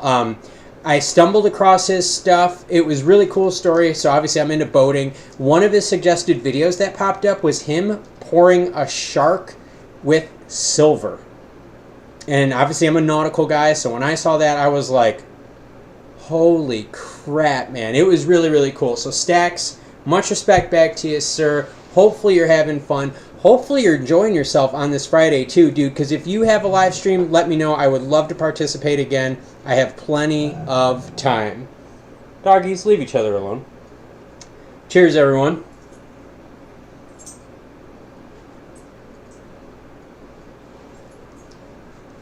All right. So how, as my doggies are chewing on each other, so how is everyone doing tonight? Are you enjoying the Friday fun vibe? Are you enjoying a little bit of the, kind of X-rated-ish vibe that we got? We can really go off the rails with deep, deep, nasty stories. As long as I keep drinking more of these and more of this, actually I should probably have more because I've been ignoring this drink for a while. So if you guys want, we could talk about anything. We could even we could do whatever the hell you guys want. If you guys want to see videos that did not make it, let me know. I've actually got really cool cutting room floor clips. You name it, I have a whole bunch of stuff prepared for this event.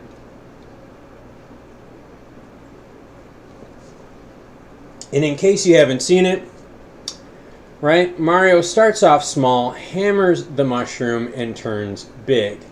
Yes, I think we know what they were talking about in Super Mario Brothers. But yes, we do. We've got Stacks, we've got Michael Riley, we've got Fanpage, we've got Twat Hammer hanging out with us. Huge, huge day.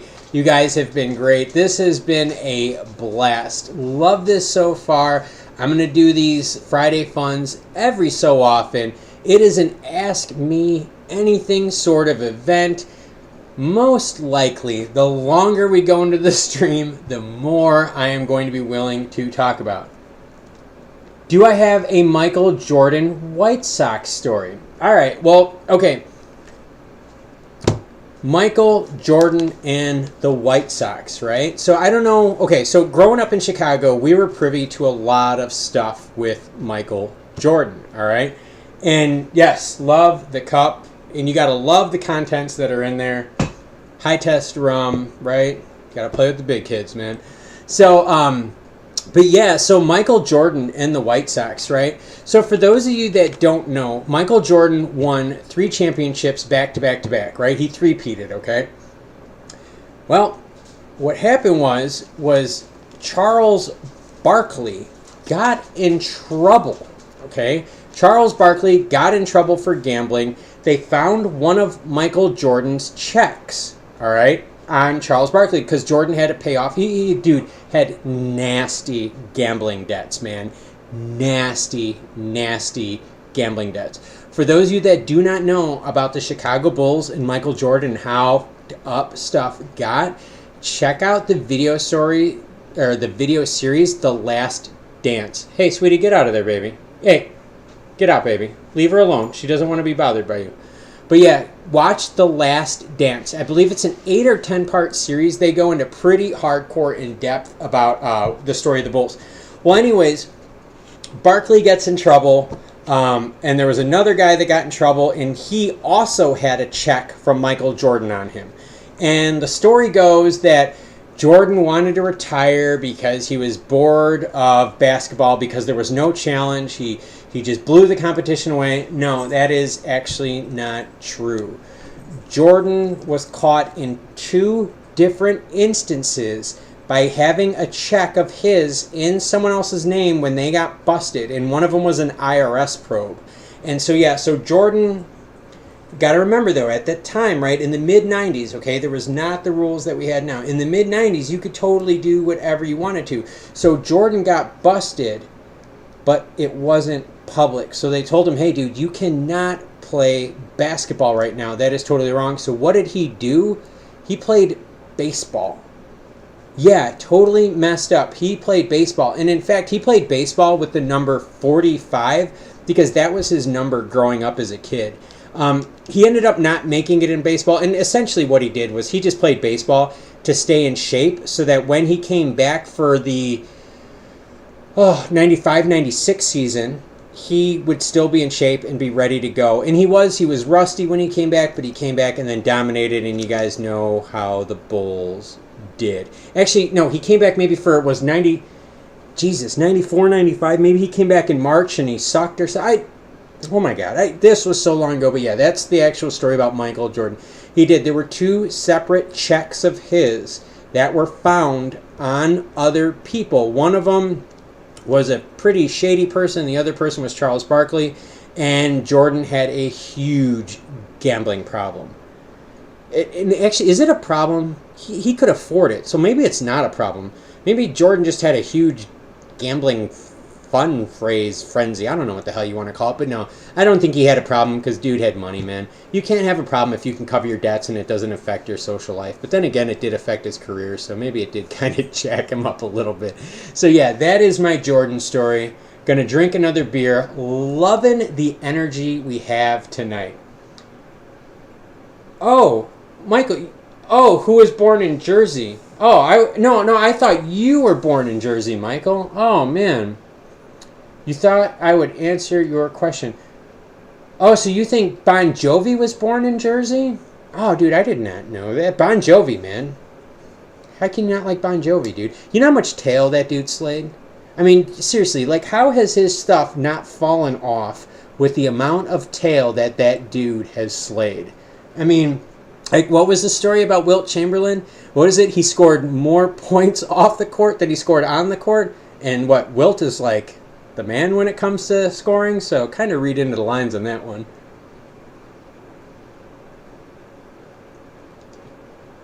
But yes, any news about Spark airdrop? Yes. Actually, yeah. Give me a second. I'm gonna look it up because I don't want to give you jacked up dates. There was. Oh man, I don't want to mess this up, but yes, they did actually announce it. Oh my god, I literally, there we go. It's the story here. I'll see if I can add an update. What I'm gonna do is, so you can see, I'm gonna add this to my notebook here for you. I'm gonna get the actual, like, legit information on that. And the reason I'm gonna get the legit information is you did ask about that before. Excuse me. You did ask about that before. And yes, there is news on the Spark airdrop. I want to make sure I get the right article for you. And yep, here we go. So, Poop and Stickle. Hold on. Here we go, dude. I'm gonna link this up on the page for you, all right, man? So here we go. But yeah, here we go. So that is the information for the Spark airdrop. They have outlined their plan regarding it, okay? And here we go. And one of the big things, and like I said, I'm trying my best to keep up with so much of the crypto, but I'm really big into equities. I haven't done a lot of stories on equities, but like I invest heavily in equities, so I've been spending a lot of time with that. But yeah, here's the big thing. Flare says the slow rollout is designed to try and prevent excessive sell pressure. And you got to think, right? So if they airdrop, they're going to just totally flood the market with extra goodies. So if you got X amount on extra goodies, there's going to be a certain number of people that are going to want to sell that. So when they do these airdrops, you have to be very, very, very careful that not everyone sits here and goes, yo, dude, I just got an airdrop. Sell, let's go party it out in Vegas. So yeah, here's the story for you. I've got it linked down there. Basically, here we go. I'll read it off for everyone. Once the network goes live, Flare says that each eligible holder will immediately receive 15% of their claimable Spark tokens. So right away, they're going to receive 15% and then claim an average of 3 per month, carrying on for a minimum of 25 months, a maximum of 34. All right. Now, I admit it, I've had a few drinks, but let's do the mental math here. So 3% over 25 months is only going to get us 75%. 75% plus 15 on the initial drop. They're still going to be 10% short, which is going to average out to 3 months and 1 1/3 weeks. So there is a little bit of flexibility in their plan. I have a feeling they're going to be airdropping it when the price suits them, if you get what I'm saying, right? Because if they airdrop it when the price is at the lower portion, there's going to be less sell pressure. So kind of read between the lines on that. But I've got the article up there for you. I probably should. I'll make a note for that anyways. I do. Like I said, I have it up on my notebook about the airdrop. I will be sure to mention it in a video coming up here soon. Thank you so much, Michael. This is how the channel gets good, because viewers like yourself are participating, are active, and this is what's actually helping us grow. And in terms of growth, while we're on that right now, I have been super happy with the growth of the channel, because we have just hit, I think it was 1,160 subs, and we are almost at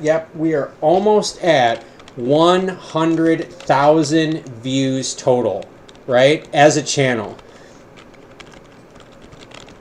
Oh yeah, typing that in chat. Yep, there we go. So yeah, we are almost at 100,000 views as a channel.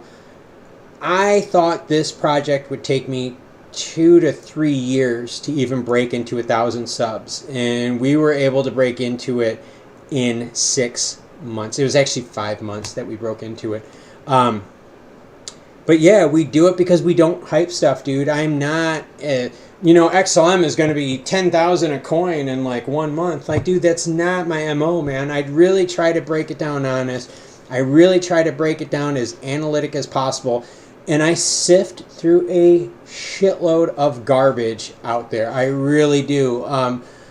There's quite a few articles, you guys, that are garbage. That when I read them, I'm like, yo, someone's got an agenda. Or this isn't right. I don't like that kind of stuff. So there's quite a few articles that just don't make the cutting room, man. They're laying on the floor of trash. Hey, sweetie, my dog's down here messing with me right now. But yeah, they do. They don't make the cut for the articles, and it's hard. So yeah, you do have to do your due diligence with researching, and it's really, really big to make sure that you check your sources on these articles. So yes, that is what's happening with Flare in the airdrop. So look at that, man. How many drinks deep, and I'm still breaking the news on a live stream. So yes, not only is this Friday fun, but this is Friday educational. I couldn't think of another word with that, but yes, Friday educational something. Friday educational view, fun. I don't know what the hell it's going to be called, but yeah, we're still bringing you news even now while enjoying adult beverages. Speaking of adult beverages, I don't know if you guys have been keeping count, but this one is almost out, and I'm hoping yours is almost out. It's going to be time to reload after I chug this.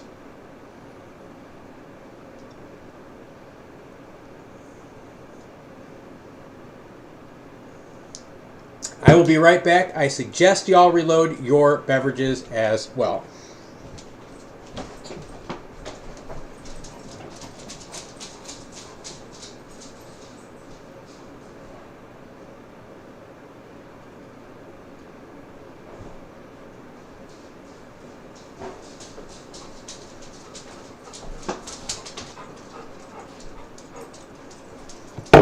All right.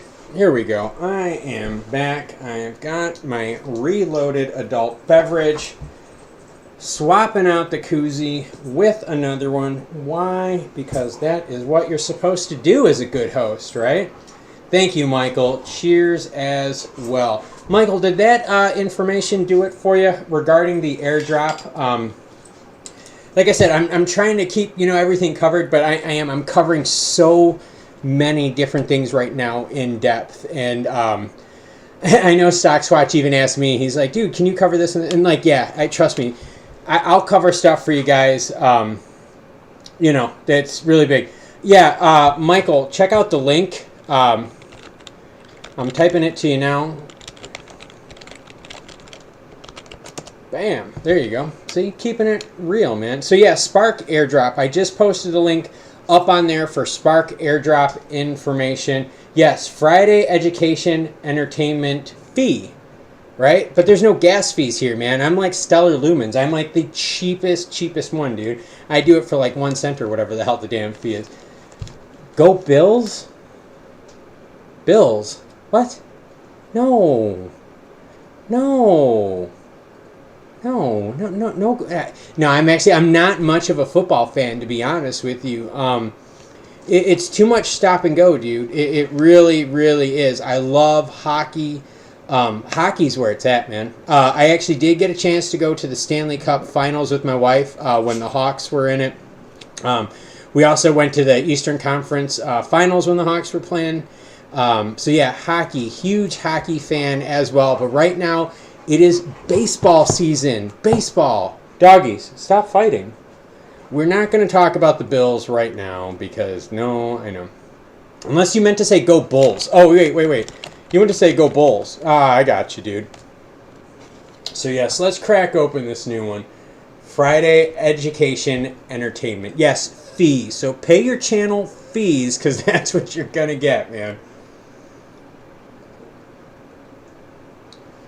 So how is everyone doing out there? I am still having a blast. Like I said, I've got the house to myself. I do apologize if you hear the dogs, their leashes and collars. I don't know if any of you out there have pack animals. I have 3 German Shepherds. They're pack animals. They really like attention. Hey, sweetheart. They really like attention and affection, and they really like to be close to me. as their pack leader. So for me, it is super important that I always kind of keep my dogs with me and I keep them close. That's actually one of the reasons why I stayed home. And my wife went to Illinois with my younger two kids to visit her family. I actually had to stay home. My big dog, he's so sweet. He's sleeping. He's right over there. But yeah, my big dog Kenobi. He's 9.5 years old. He is a tank. He actually gets depressed when I leave the house. I kid you not, he does. He knows when I'm leaving, like, if I'm going on a boat trip or if I go to hang out in DC, stuff like that. You know what I mean? But he does. He actually starts getting really, really depressed. He actually doesn't eat now. Hey, sweetheart. Hey, baby. And my little puppy right here. Yeah. Hi. But yeah, he does. He actually does. He gets really depressed. So I really did want to stay here and make sure that I hang out with him. He is getting older. He is, like, I love my dogs. I really do. I am one of the biggest dog people you will ever meet. In fact, Ray, my puppy, was a rescue. We rescued her, and she was in rough shape. We didn't think she was going to make it when we rescued her. Stop, you guys. She was in really bad shape, and now she is just a frickin' tank. Sweetheart, go. No, Ray, come on here. Come on up, baby, right here. Come here. Look at my baby. Oh, see? She was, yeah, when we got her, I don't know if any of you guys out there have a Dodge Ram, okay? In the Dodge Ram, there's like a cup holder section, and then there's a tray section right behind it. She was so malnourished and so emaciated and sick, covered in bug bites. It was really bad. But anyway, she was so small and so malnourished that at 14 weeks old, she could fit in the cup holder of my Dodge truck. Not like the cup holder where the actual cups went in, but the tray that goes right in front of it. She would actually fit in there.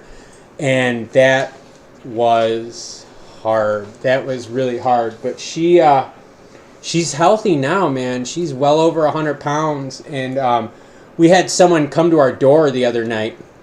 And again, where I live is super rural. So if someone comes to my door, dude, I've got my 9 on me and I've got my AR on me. And I'm like, yo, you should not be at my door. I let my dogs out. I let them out in the backyard and they scared that person off. So the little puppy that we were afraid wouldn't be able to make it, she's super healthy now, has an awesome coat of fur, and I love the dog, man. I do. I just totally love my dog. Stax is chiming in saying, I have a German Shepherd Husky mix. She goes everywhere with me. Dude, that's how it is, man. My dogs are hunting trained. They actually are trained bird hunting dogs. Used to live in South Dakota, so they're really good with upland birds. Grouse hunting, pheasant hunting, they're really good for. And they're also trained for coyote hunting. Yeah, my dogs are predator trained dogs. It's pretty sick to watch them in action.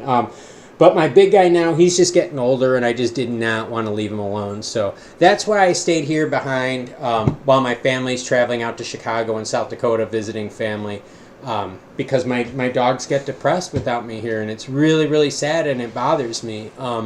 My brother watches the dogs, like when my family and I, when we go away, and my brother sends us Snapchats all the time, and my dog just sad, man. He sits by the door, he sits by the bed. Dude, it's really hard, man. Like, when your dogs get older, this stuff kind of bugs you. It kind of hurts you a little bit, So, yeah, I really try to spend the time with the dogs. I really try to give them the best life and the best food and the best fun and all that kind of stuff. So, yeah, come here, sweetie. Come here, baby. Come on up. No. Ray, you come on up. But, yeah, Ray, come here, sweetie. Come here, baby. Ray, come on up. There you go. So, yeah, my puppy. Oh, come here. Oh, good girl. Go. Kenobi, come on up. Come here, bud. Come on up. I don't know if he can come up. He's getting old, and he's getting kind of heavy, so it's really hard for him. Kenobi, come on up. Come here, bud. Oh, hi. Here you go. I don't know if you guys can see that. I've got a delay on my camera. My cute doggy right here. Oh, hi, buddy. Yeah, look at all the doggies. There's so many doggies here. All right, so yeah, that's the deal with the dogs. I am a huge dog fan. I mean, they're just so much fun. But yeah, Kenobi's in the picture now. I see him. He's just a sweetheart dog. It is hard, man. I will say, Stax, what do you do, man? Like, do you like how does it work? Like when you have to leave, like how do you guys do it with like vacations or like if you have to travel for work or anything like that? Like, what do you do with the dogs? Because dude, my shepherd follows me everywhere. Actually, all three of them follow me anywhere. It's not just one, but they do. And they don't respond the same to my wife or kids. They don't do bad with them, but like legitimately I can tell you that it is a different house when I'm here and when I'm not here. The dogs act very, very differently. So it's hard, man. Like being a dog parent's really, really tough. It really is. I think it's harder than kids because of the amount of attention they require. I really do. I've got 3 kids and I've got 3 dogs. One of our kids has moved out. Our oldest daughter's moved out. Shout out to my oldest daughter, Haley. I hope you're doing good in South Dakota. I used to live out there, so shout out to you, sweetheart. But yeah, it is. It's really hard with dogs. It's really, really tough, though, when you have to travel, when you have pack animals. So huskies, shepherds, stuff like that. I mean, pack or herding dogs really struggle when the parents go away. And dude, Twathammer, dude, you are right. And I gotta say, dude, Twathammer, I love the name. I do. I straight up love the name. What did I say? The J Pounder or something? I was like, yeah, my version is the J Pounder. But yeah, dogs are the best. My dogs, they're allowed on the furniture with me. They go where I go.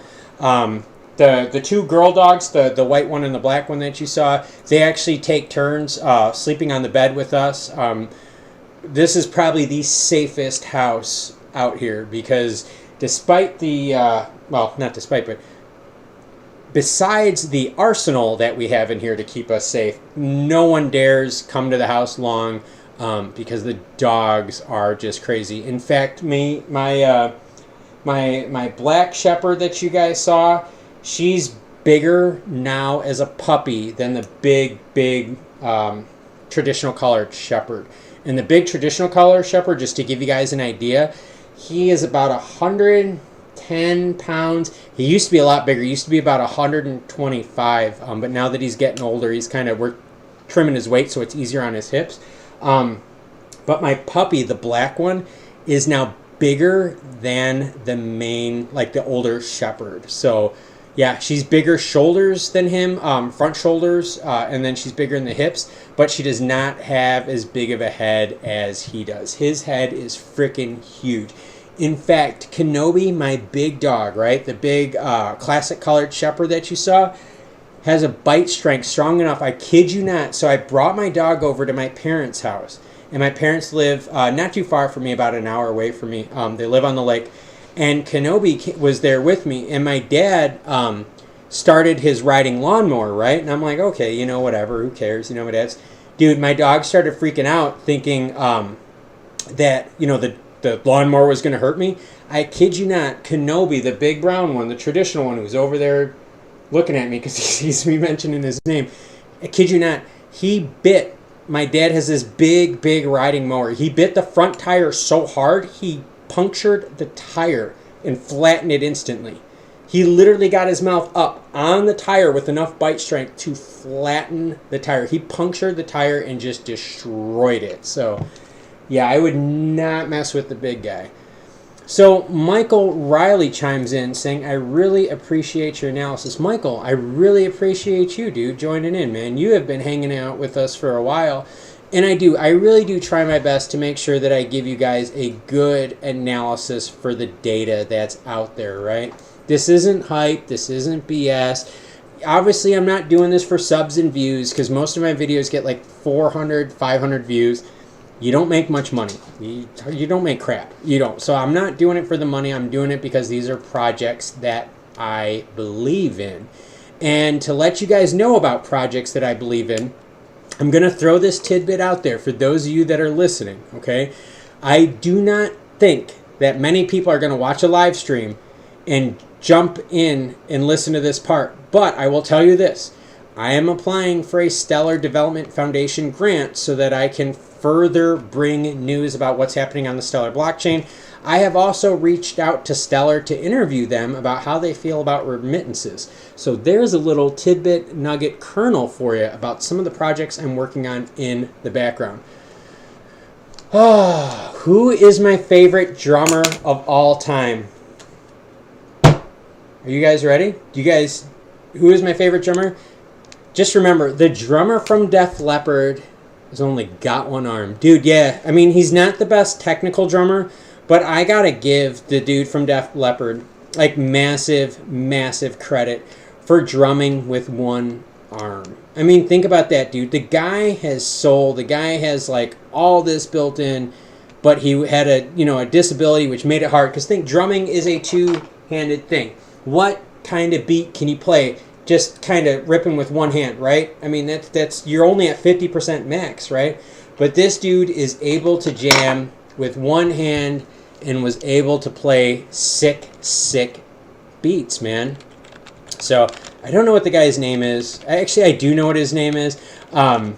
The problem is, though, is this certain part of my brain that's dealing with names is really screwing me up. Just like I can't remember the drummer from Korn. I can't think of what the hell the young kid's name was that jacked up both of his wrists from Korn. So you know what I'm going to do? I'm going to cheat, and I'm going to look up Korn's original drummer. God, this is going to piss me off. David Silvera. Yes, sexy David Silvera, man. Dude jacked up both of his hands, man, drumming. So, yes, that's who it is. David Silvera. God damn, how could I forget David Silvera? Watch the Twisted Transistor official music video. I'm gonna, hold on. There we go. It's in my search history. No, you can reach this page, you ass bag. So, come on, Bing, fire it up. All right, give me a second here, because there is a video you guys got to check out. Why is Bing showing up? So let's go. Twisted Transistor official video. Okay, so y'all got to check this out. Okay. So I'm gonna this will get demonetized instantly. So I'm gonna pause it because I don't want to get demonetized. I don't want any strikes on me. So I'm gonna go to this. If this is the funniest parody video out there, I encourage everyone out there, check out this link for a funny Korn parody video. Dude, okay, because that goes to drummers, right? They talk about David Silvera and his modeling career. It is funny as hell and legit as shit. So, and again, cheers to everyone out there. This is Friday fun. I don't care if I've got one person watching, 100 people watching. This is all about hanging out, doing what you do, and making sure that we understand that when the work week is over, we have to have fun to balance out our minds and our hearts. Because if all we worry about all life is finance, you will burn out. I assure you. So, in honor of Friday fun, let's have another one, guys.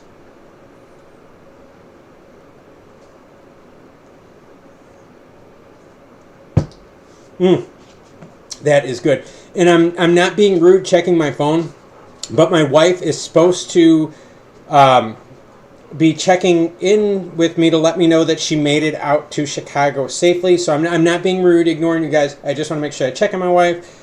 Wow, she did. She arrived in Chicago, holy shit, at 10:07 tonight. So I don't think my wife is watching.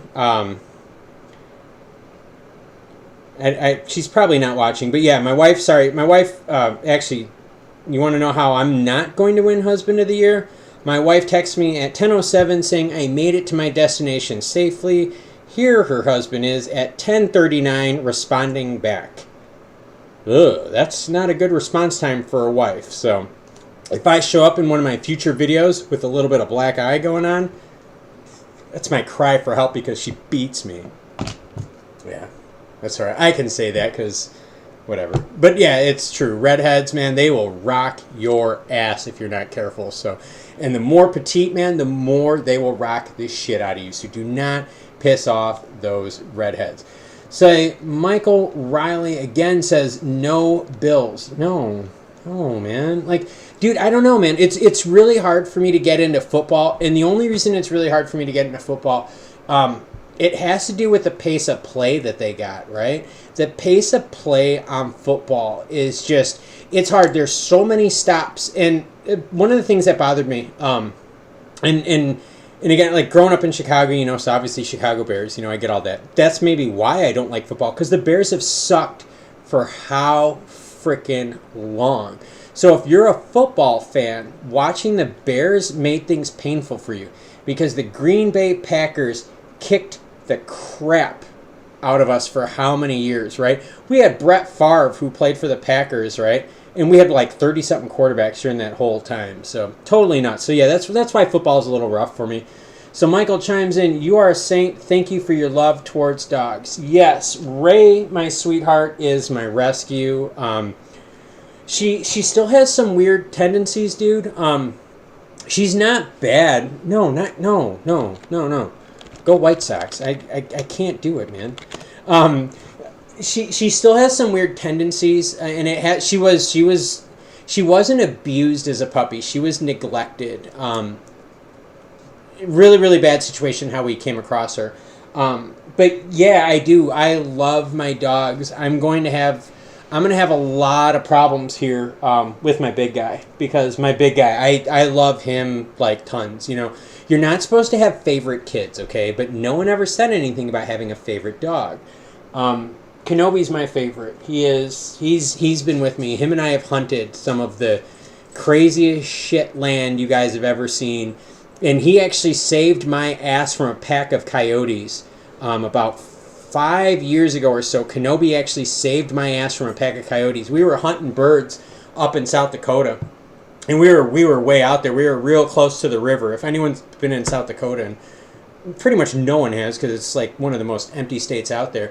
But we were hunting pheasants up in the middle of nowhere. We were right by the river, and we came across. We heard coyotes, just a pack of them, devouring an animal. I mean, you can hear the snarl. When you hear dogs chew, right, big mouth dogs chew, you can hear them crunch bones. I mean, you legitimately hear them crunch bones, okay? So we're hunting, and when you hunt in the snow, it's really, really quiet, right? Like you hear oh, Jay Cutler sucks balls, dude. Jay Cutler sucks. Yeah, Jay Cutler was one of the, he sucked, man. And we got him from Denver. Denver was like, yo, get rid of this loser and take him. And we did, and that was the dumbest thing ever.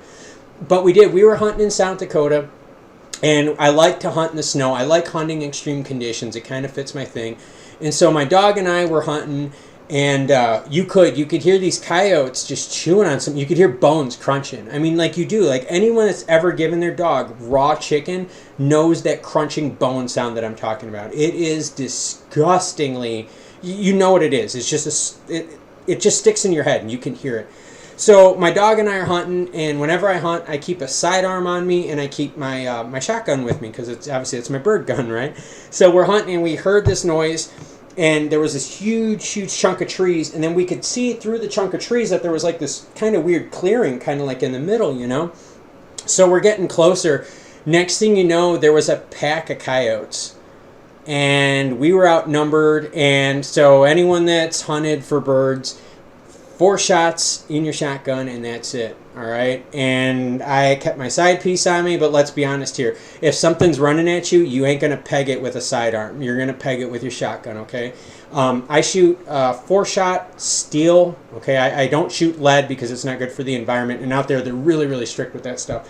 But yeah, so I was shooting 4-shot steel, so I had a better shot with my shotgun, but I only had 4 shells in my shotgun. We pulled up on a pack of coyotes just mauling a deer. I mean, mauling a deer. There was like next to nothing left on this. And they saw us. And I kid you not, at that moment, I was just like, oh my God, these things are going to come after us. Because they're pack animals, right? Coyotes will do that, right? South Dakota is rough, man. I will tell you, the terrain is rough out there. So we're hunting. We come up to this. They see us. I kid you not. Kenobi, my big dog, my awesome guy who's sleeping there on the floor looking at me because he's such a sweetheart, runs after them, fur up on the back of his neck and his shoulders, just mohawked out, like he almost doubled in size like a puffer fish. It was so cool to see. Dude runs at him, and I'm like, oh my god, and I start yelling, I'm like, don't, and I'm trying to get him to, like, stay within range, because, hey, if I gotta start, like, plinking some of them coyotes off, man, like, I gotta make sure he's not in my field, right? So I'm trying to call him to get to me. He takes over on full protect dad mode, and he actually started going after them. And he actually chased all of them away, and it was the coolest thing. So here I am hunting. We got through all this stuff. He chases all of them away. I finally get to the deer that they had mauled, and all that was left was like a rear hip socket, and a knee joint and a foot, and that was it of this deer. They'd taken the rest of the animal with it. So really, really cool. I got to owe him because that was really neat. And the best part was, to show you how messed up this hunting trip was, so I then, hey, forget about, like, if you're safe or not. What was the first thing I do? I grab my phone, I start taking pictures of this mangled deer, and I'm like sending it to my wife, like, yo, you got to see this, dude. Like, you've got to see this. So it was really, really cool, really, really neat experience. And yes, so I am a huge dog fan. It's just hard, man, because when the dogs get older, what are you supposed to do, right? I mean, it's tough, man. So yeah, Michael, I do. I am. I love dogs, and I appreciate people that love dogs too, because there's a big commitment you have to have dogs. So I don't know. But yeah, everyone, cheers again.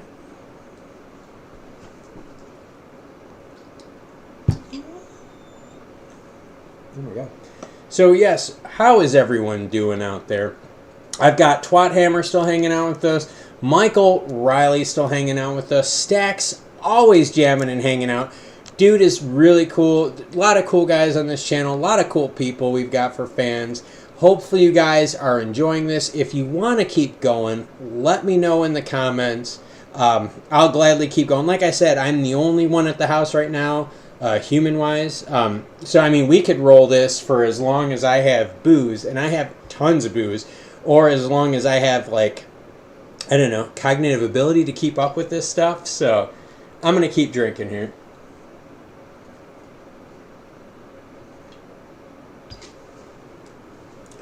Yeah, good day so far. Super glad that we have done this.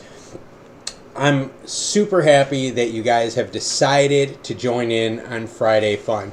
Hopefully the next time we do a Friday Fun, I can get everyone to kind of chime in and let everyone know, hey, this is a blast. And you guys also have to do me a solid and tell me what time is the best time to do this. I wanted to make sure that like I do this at the right time for us East Coast fans, but I also make sure I respect the West Coast time frame too. And Twat Hammer chiming in, great Obi-Wan story. Yes, all three of my dogs are Star Wars themed dogs. I have Kenobi, who's my oldest. I have Leia, who's the all-white one, and the reason we named her Leia is when we got her as a puppy, like Princess Leia, wore the all-white gown. And here's the, hi, sweetheart. I know, baby. I know. The other one's going to get jealous of you. All right, guys, be nice. And then the third one is Rey, and you guys are going to love this. So when we got Rey, she was so malnourished that we didn't know if she was male or female.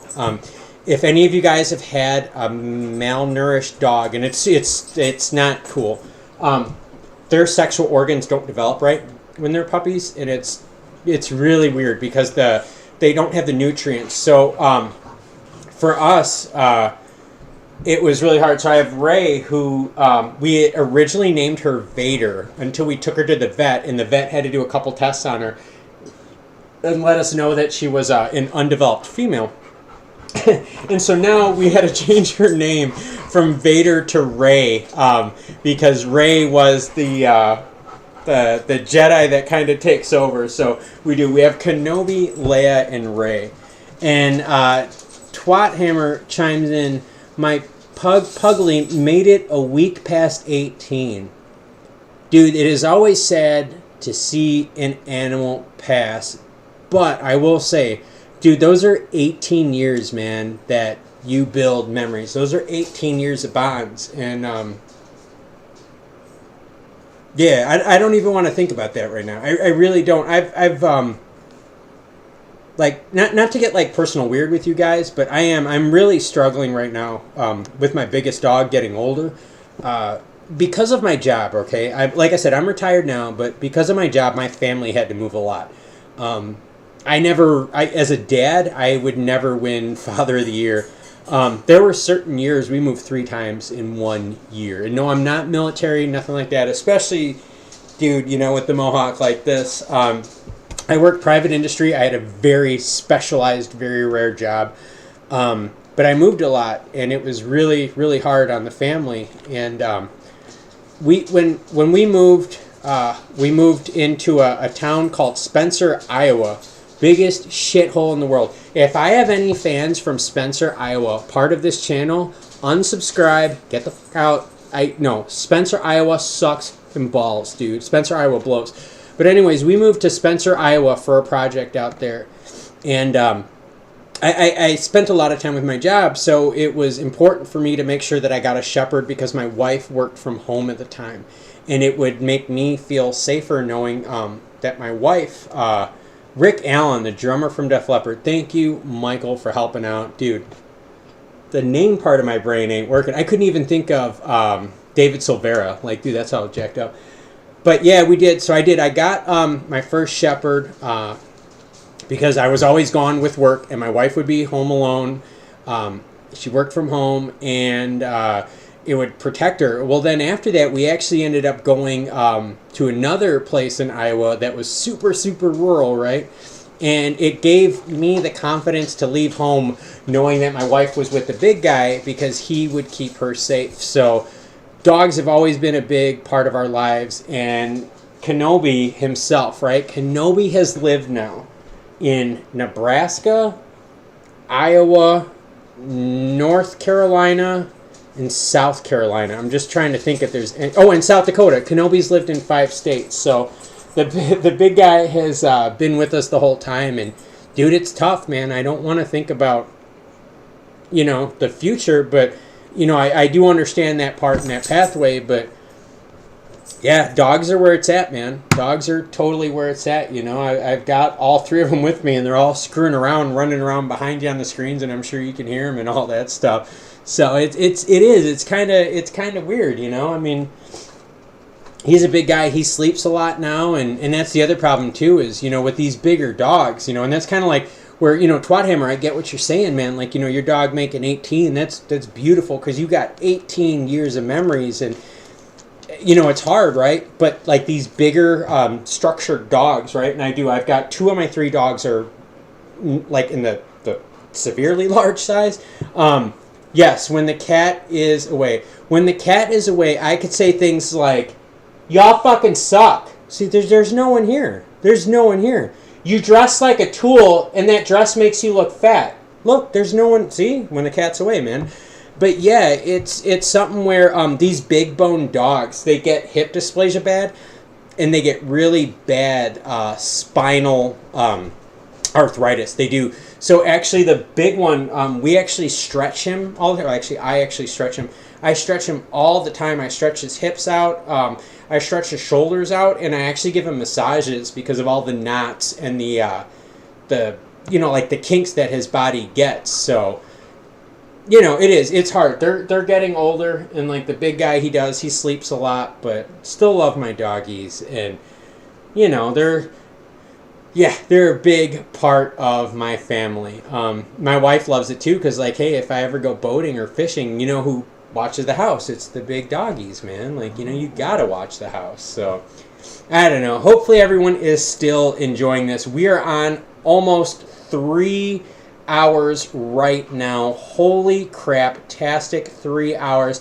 I don't know how long these things should go. My thing is, as long as you're having fun, I think I'm doing okay. And remember, see, they're fighting behind you. No, doggy, stop. There's okay. So behind me, I've got baseball cards. I've got my whiteboard. I've got a bed up here, like a whole bunch of stuff behind the screen. It's just kind of like my hangout room.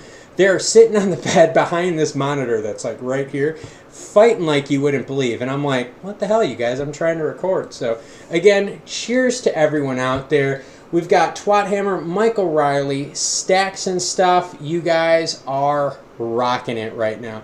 I appreciate y'all for jumping on and watching.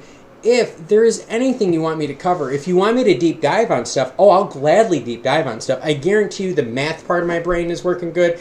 The name part of my brain isn't working the best, but the math part is still legit and still firing on all cylinders.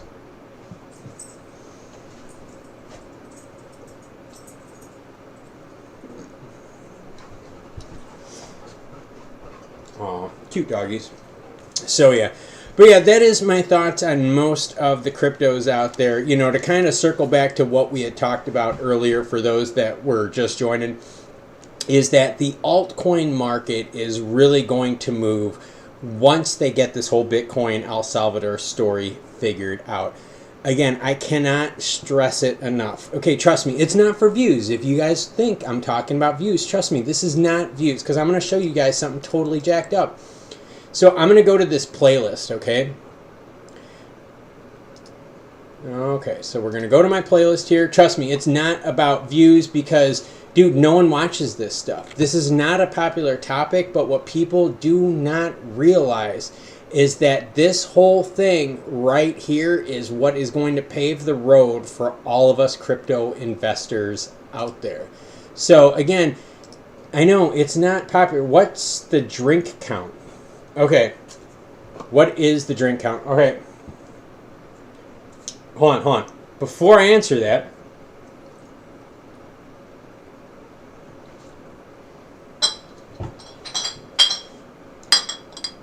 is that good? Does that warrant demonetization? I mean, I don't know.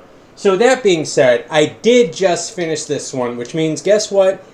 Big Daddy is going to get another one. Oh, and don't forget, I have also been drinking the high test rum here.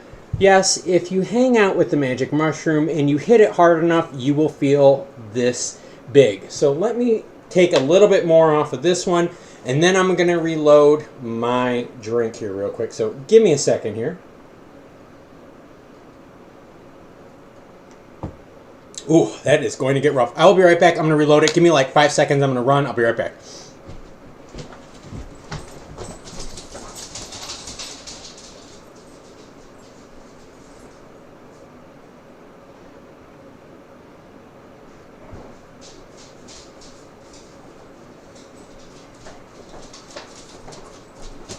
All right, so the official drink count is six on bottles in this cup right here. I poured 5 shots in that one, so I don't know. I don't think there's much left in this one. So I'm at 6 on bottles, and then, like I said, 5 shots in this one. Oh crap. Yeah, there's not much in this one. So yeah, I probably have got 2, maybe 3 sips of that one left. So yeah, I'm fairly deep in the drink count, but dude, man, you know, who can rock a rhyme like this? That'd be this guy. I almost messed that up, dude.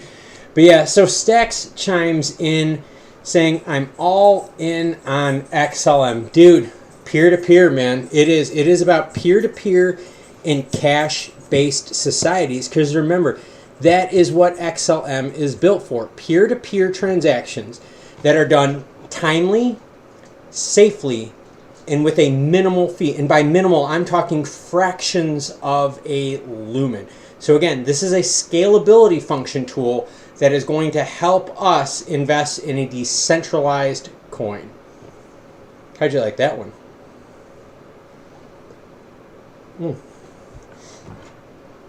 And I keep forgetting, right? If I want to be a good husband, I have to kind of like make sure that like I answer like, you know, like what my wife says. But yeah, she's not answering me right now. I couldn't tell you why. End of story. But yeah, so that's the deal right now, and that is what we're going with. So how about you guys tell me, what are your drink counts right now? I mean, what are you guys at? I mean, I know what I'm at drink count wise, but what are you? So Twathammer, you chime in. What are you at Drinkwise? Stacks, what are you at Drinkwise? Michael, what are you at Drinkwise? And I'm not even going to talk about other extracurricular activities because in not everyone's state is that legal. But hell, if they're going to let people in San Francisco, all right, and Stacks, you know exactly what I'm talking about here, dude. If they're going to allow people in San Francisco just to shoplift and get away with it, why the hell can't we do whatever the hell we want to, right? Just throwing it out there. I'm not getting political, you know, I'm not jumping down that pathway. I'm just saying, if they're going to let people rob and loot businesses, right? So Stacks, dude, check out Walgreens in San Francisco, and how many Walgreens now are either A, shutting their doors, or B, changing their hours to only run from 9 a.m. till 6 p.m. because of the shoplifting problems. So if they're going to let people shoplift out there and get away with all sorts of crazy stuff, then why the hell can't we get crossfaded? See, 3.5 hours in, you know we're going to get off the rails on this channel. Or no, 2.5 hours in. Jesus Christ, Klaus. 2.5 hours in, we're going to get off the rails, and it's going to be fun. And Stacks, yes, you are right. XLM is the future of finance. Stacks, chiming in, dude. Love the support, sir. He is in at number 5. Is that 5 since we started, or did you start later? Because I know you were pouring, and I don't know, man. Is smelting safe when you're kind of feeling it a little bit? But I don't know. And for those that don't know, Stacks has a legit channel. For those that haven't seen it, I'm going to do it again right here. Sorry. I'm going to put it in. Stacks and stuff. Yep, that's right. The sound is going to get jacked up. I'm not going to mess it up because I know what I did wrong last time, so you guys don't make fun of me. But yeah, check out Stacks and Stuff's page. And I'm going to try to find... It might be really hard for me, but dude, he did some live streams. Legit stuff, man. I love his work. And in fact, some of his videos too, he's doing, I don't know if they're technically shorts, but he's doing shorts with his dog. Check out Stacks and Stuff. The guy has a total legit page. I like it. I like it a lot. I dig the vibe. The dude is fun. And not only is he fun, he is super knowledgeable about stuff. All right, is there a backstory to the source of naming of Stellar and Lumens? You know, I don't know. I personally, I mean, I could always kind of like take a guess, right? And I would think that maybe the guess would be that they named it Lumens, like to the moon. Dude, if so, that's cheesy as shit. And I'd be like, yo, you guys need to change that. I don't know, because to be honest with you, I would hope that's not why they did it, because that's a little too like meme tokenish for me. But I mean, I don't know. But I will tell you this: as a channel, okay, I have a very heavy Lean Six Sigma, heavy management manufacturing background. I have chewed dirt with some big boys out there, and I have no qualms in interviewing or asking for interviews to anyone. I have reached out to Stellar for an interview. I will tell you that right now. I have reached out to them about an interview because I want to talk about it. If they ever do the interview, I will ask them about why they called it the lumens. Because remember, lumens has to do with light, right? If you think about what lumens are, that's how you measure intensity of light, is by lumens. So bringing light to a dim world, because remember, lumens focuses on remittance projects very heavily. So I don't know, maybe that's what it is. Twathammer chimes in. I'm on Dogfish number 60. Now, dude, I'm just giving you shit, man. I'm on Dogfish. I'm on Dogfish 60 minutes times 3. Dude, that's always good. 60 minutes times 3 is good. If you guys watched the baseball card video I did, yeah, dude. Watch, okay, if you want to see me get totally blown out and make mistakes, right? I made mistakes. This video right here, dude, I drank legit fast, legit hard. And the best part is I edited this shit after. So the whole idea of this video was for every 3 packs of baseball cards that I open, And actually, you guys are going to laugh your butts off, but I still have them out here. Remember, I was doing 89 Fleer and 87 tops. Oh, check it out. Roger Clemens, All-Star card, PSA 10, suck it. So anyways, yeah, so I did that video. The whole rule was for every 3 packs that I opened, we were going to have a drink. I had 15 packs, and I got to be honest with you guys, I started drinking before the video, and I was actually drinking while I was editing.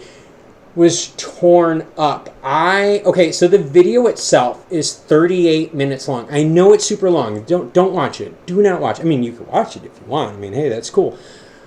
But I did that with like less than a minute break between each pack. So when you're watching the video and you're like, yo, dude, holy crap, how fast are you drinking? Yeah, I actually drank like fast. So when you see me then go to the next batch of like 3 cards, dude, holy, I was drinking like a vandal, man. Dude, I was putting it down left and right. So good to see. There we go. Stacks, cheers at Twat Hammer. Again, Stacks, one of these things I'm going to bug you about in the future, dude, is how I kind of do better live stream interaction. I do need to work on that kind of stuff, so I might just kind of like pick your brain a little bit if you don't mind. But it is really good to see people connecting on here because that is the point of this. Having fun, connecting, drinking adult beverages, telling stories about now and our youth. All right. The dogs are not a distraction. They're enjoyable. I have 3 German Shepherds. I have 0 personal space. When I shower, I have 1 dog that lays right outside my bathtub, 1 that lays right outside the door, and the 3rd one is either on the other side of the door, like, you know, if you make a left or right outside the door, they're either right there, or their nose is in the shower trying to peek in through the curtain. But no, it's right. Dogs are not a distraction. They are totally enjoyable, and I love dogs. I will say, though, in Stacks, you could tell me, yeah, let's drink, dude. Michael just chimed in, let's drink. Let's do it.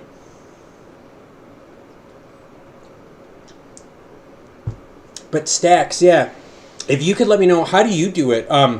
Stacks is a West Coast guy, totally cool, legit dude.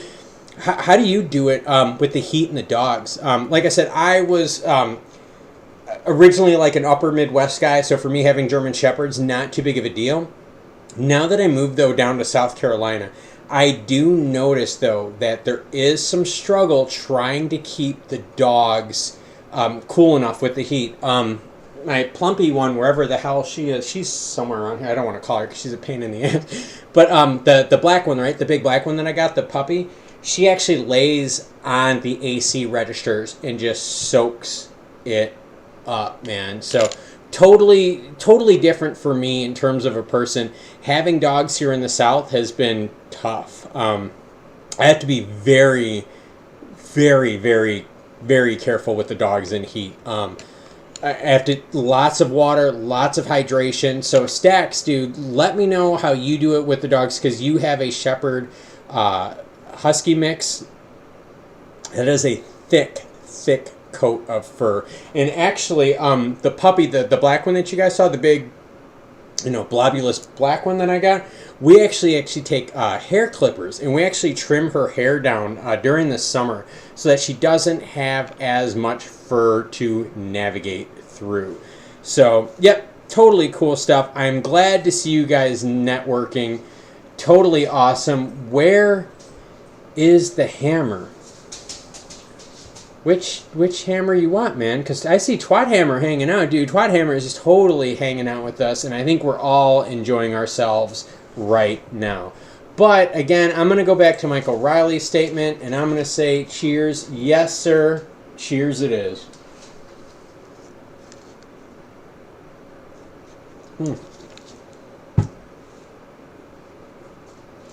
Now, mind you, after this live stream, I'm still not done yet. Still not done yet. I'm probably going to hang out on the back deck, let the dogs out, kind of chill out with them, zone out, you know, do whatever guys do, you know. But yes, super happy that everyone has joined. We have Michael Riley with us, Stacks and Stuff, Twat Hammer. Oh, good group of active people here. I have been super happy. In my notes, okay? In my notes. Because remember, no matter how inebriated I get, my brain is still working a little bit. I still have to listen to the band Chevelle. There you go, right there. And I have to do a Spark airdrop update video. Yes, I did one on here for you guys, but I will do a Spark airdrop video. Twat Hammer chimes in. I couldn't go anywhere either with multiple dogs and no one with severe separation anxiety. And one with severe, yeah. What kind of dogs you got now, dude? Because I know you said you got the Pugly. Do you still got more pugs? But dogs and separation anxiety is really tough. You got to think, like, they don't know what, I guess, to expect. You know what I mean? And what I mean by that is, so, like, when I do, like, my boat trips and, like, I go out and on the ocean and doing all that stuff, my dogs don't know when I'm coming back, right? They don't know that this is just a 48-hour trip or a 24-hour trip. So, like, when my wife or my brother tells me that my dogs are, like, struggling, it's tough, man. That, like, hurts you as a dog owner because, like, they feel that. Like, it's like, not that they think you left them, but it's almost like you wonder if they think that you left them. And, I mean, like, I'm looking, I've got, like, so my hallway is just down this way, right? So my hallway with the bedrooms going down and then the living room and the dining room, I've got all 3 dogs laying on the ground. Damn it, and I just said dogs, and I made eye contact, and now the white one's coming by me. The black one's going to follow her. Just watch. This is how this works in this house. All right, guys, stop messing with me. But yeah, it is. It's really, really hard to do certain things because of the dogs.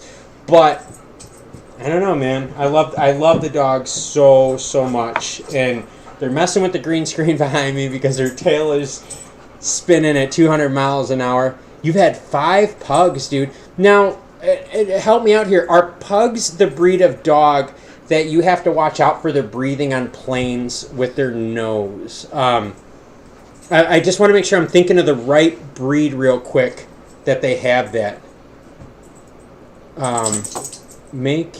To open up your super chat. Okay, dude, I got you, man. All right, hold on. Make a note to open up super chat. Sorry, I'm just making a note because Stacks is helping me out. Super chat for live streams. Real quick, Stacks. Okay, just so you know, like, I could run the biggest manufacturing plant and I could make that thing make money like you've never seen, man. I could stack so much money you'd be nuts. Okay. But when it comes to stuff like this, I'm still learning. I am using Streamlabs OBS. If there is a different thing I should be using for live streams, please let me know. And I could probably blow this out now while I'm here. Ooh, rock on, guys. So yeah, if there is a different software or if there is a way that you guys can think that I can improve, please let me know because I think that would be super, super helpful for me and the channel. Whoa, did you see that on the screen? Whoa, I just got big, dude. Rock on. Yeah, I know. It's hard, isn't it, dude? Like, it is. It's hard leaving your dogs alone. It's hard when you're trying to record a live stream and they're over there fighting, and I'm sure you can hear them because with the mic right here, I mean, to be honest with you, this mic picks up everything, dude. The best, cheapest mic out there. All right. So Michael Riley chimes in. 10 Labatt Blues, the official beer of the Buffalo Bills, man. Is it really the official beer of the Buffalo Bills? Is Labatt Blue is that legitimately the official beer, dude? Like, hold on. I'm gonna look this up. Hold on. Official beer, Buffalo. Would help if I could type too. All right, you guys ready? Budweiser Bud Light. I don't know, man. I don't know. I just picked up what came up on here first, dude. So let's go Pills. Oh, I get it. Let's go Pills. Let's go Bills. I get it. Labatt Blue, dude. Yeah, hey, dude, if it's wet and it's got good alcohol content, rock on. No one. What about Cardano? Cardano, okay. Cardano is one that I'm believing more and more in because of their energy usage. Now, that being said, just remember, their energy usage profile, though, is that what they did? Is that what they did? I'm talking about Cardano right now. Did they talk about their energy profile just because Bitcoin was under file with their energy profile? And I'm not saying, whatever, but I'm just saying, like, Cardano is, I do have a small portion in Cardano. It's in my crypto portfolio. It's small. I would say, I'm just thinking, it's got to be under 5. It's got to be close to 5%. It really does. It's got to be close to 5%. But yeah, are they talking about that because that was an idea at the time? And Stacks is chiming in. StreamYards is super user-friendly. So Stacks is calling me dumb publicly, saying I cannot handle OBS software. Dude, Stacks, I'm just giving you shit, man. It's totally cool. I'm writing all this down. I am, like I said, I'm a Lean Six Sigma guy. If anyone out there has worked a manufacturing job, you hate people like me because we are Lean Six Sigma people. All right, so Twat Hammer chimed in, Canadian ballet. So is that some thin chicks in Canada that like ballet? Like, I don't know. Like, yeah, I don't know. I'm gonna have to say, like, Labatt Blue wasn't bad. Straight up. My ghetto, in terms of, like, not ghetto, but that sounds really bad. But, like, my total, like, jacked up ghetto beer of preference, right? If I really want to slum it, if I want to, like, go hardcore slumming, Ice House. I said it on cam, Ice House, man. Can't even make that crap up. Ice House, dude. So Stacks chimes in, I've made some money on Cardano. Dude, good for you, man. I like that. I like hearing two things. I like hearing stories about people that make quick flips to make money, because I cannot get mad at short-term investors, right? How can you not be a short-term investor playing volatility? Volatility is all about momentum swings and all about quick movements and flips. But I also respect the long-term holders out there. Of every market type out there, the only one I really, really struggle with is when big institutions short things. And the only reason that bothers me is because they have enough money to really pull financial support from a company because of shorting. Because you got to remember, when you short a company, right, especially like these big like hedge funds, you're publicly saying this company is not going to make it, end of story. And when this company is not going to make it, end of story, that affects their credit rating. When it affects their credit rating, it affects their credit pool. And that kind of messes up with the company's liquidity, hiring process, and so forth. So, yeah, that's the only group out there that I kind of really struggle with. And again, I'm not being rude. I'm just making sure that it is not my wife messaging me back. Dude, Ice House is good, man. Stacks is right. Ice House is really freaking good. Sorry, I'm just making sure that I'm checking on my phone, just throwing it out there, because again, like I said, my wife was hanging out, so, so anyways, yes, Ice House. Ice House is good. When I was a kid, my mom would buy me Ice House all the time. In fact, you guys want to go really, really crazy here? I'm gonna show you guys something really cool. Okay, so June 9th, 1995. All right, so what date? June 9th, 1995 was a Friday. Okay, and this is how up this story is, and so I can show you Big Daddy still has his brain. So when I was 15, my mom bought me, I think it was a 12er of Ice House, right? And in 1995, there was a really, really cool song that came out from Montel Jordan.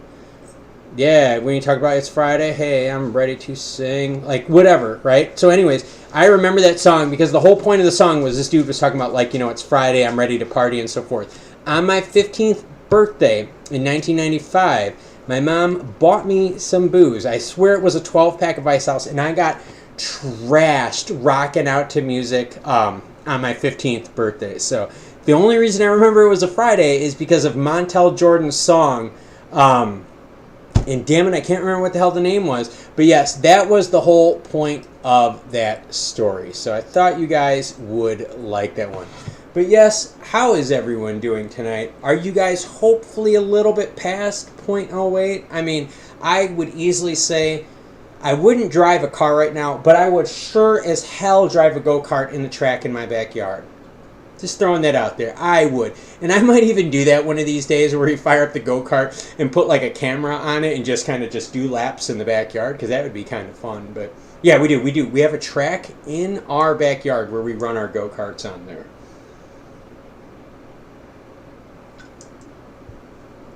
All right, guys. We have been at this, holy shit stacks. We have been at this for 3 hours and 20 minutes. Oh my gosh. Holy crap. Oh, wow. Crazy stuff, man. So yeah, what is everyone thinking? Is everyone still having fun? We've had the same core group of people joining in, and I really like it. This has been a total blast. We have had some really, really funky conversations. We've broken down some really cool crypto stuff, but we've also told some cool stories. Remember, for everyone that's joining in now, the beginning of the video, we talk about the messed up experience we had in Atlanta and Las Vegas. So if I could, everyone that's still here now, if you want to keep going, let me know. Comment below. I will gladly keep going because there's no one in the house besides me, because everyone else in the house sucks. Losers. See, there's no one here, man. So we can do whatever the hell we want. As long as the doggies are being cute and cuddly and I don't have to worry about them. They haven't bothered me about FOOD. And for those of you that don't know, she is trained to understand that word, and she's actually trained to understand, to find that word. Yeah, I cannot say that word. I can't say FOOD or BOWL because she knows what it is. And if I say either of those two words, she will go nuts, and she will start banging her BWOL, and she will actually start going after her FOOD. So, kind of messed up, man, but whatever. Love my doggies. Hopefully everyone else is having fun. Let's do this if you guys don't mind. Let's just really quick, let's just really quick just chime in and let's just check into a few things. I haven't checked crazy. So, oh my God, you guys, are you serious? Oh, you know what we're going to talk about right now, right? Oh my gosh, yes, we're going to talk about it. Gold. And the reason we're going to talk about gold is because of market manipulation. So after the bearish news that happened, gold has been trading sideways, but gold has now broken 1800. Now the market for gold is closed right now in terms of a technical sense. At any moment though, and you can ask Stacks about this, you could walk into a Pawn Star, hand them gold, and they will give you cash. So technically the market for precious metals, including silver, platinum, and all those, is always open. But the actual trading market in terms of the global market has gold at 1808. Holy crap, that is good. Let's check in with Mana right now. And we're going to blow up. So this price action here has all happened since the concert. And again, Mana will function on the pump hype, right? What is it? It's buy the rumor and sell the news. That is how Mana works. So if you want to make money on Mana, you have to remember that one principle. buy the rumor and sell the news. This spike right here is when they announced their concert series, okay?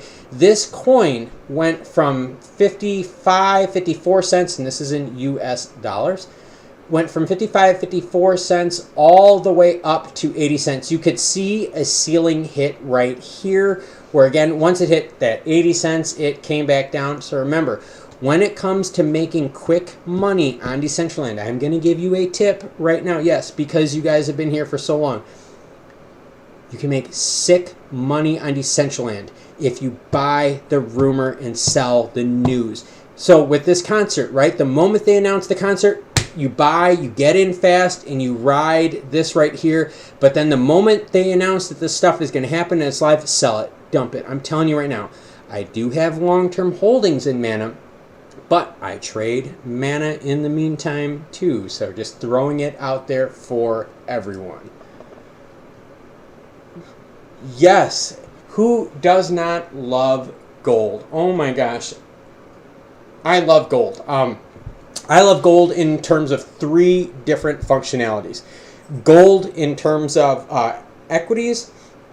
Gold as an ETF to protect you against the volatility of a particular mining company, whether it's a junior miner, a senior miner, protection against any mess-ups that they do. But I actually also like stacking gold, okay? Yeah, I'll just throw it out there. I don't have the good visuals like Stacks has, but yo, total legit stuff. Gold is a great way to hedge against inflation. And gold and any of the precious metals are really good to buy and hold. Silver and gold are both extremely undervalued. And in fact, you know what? I'm going to do that because I know I got Stacks with me.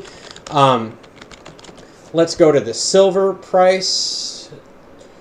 Yeah, Stacks can tell you guys. He follows silver. This dude is a silver pro, man.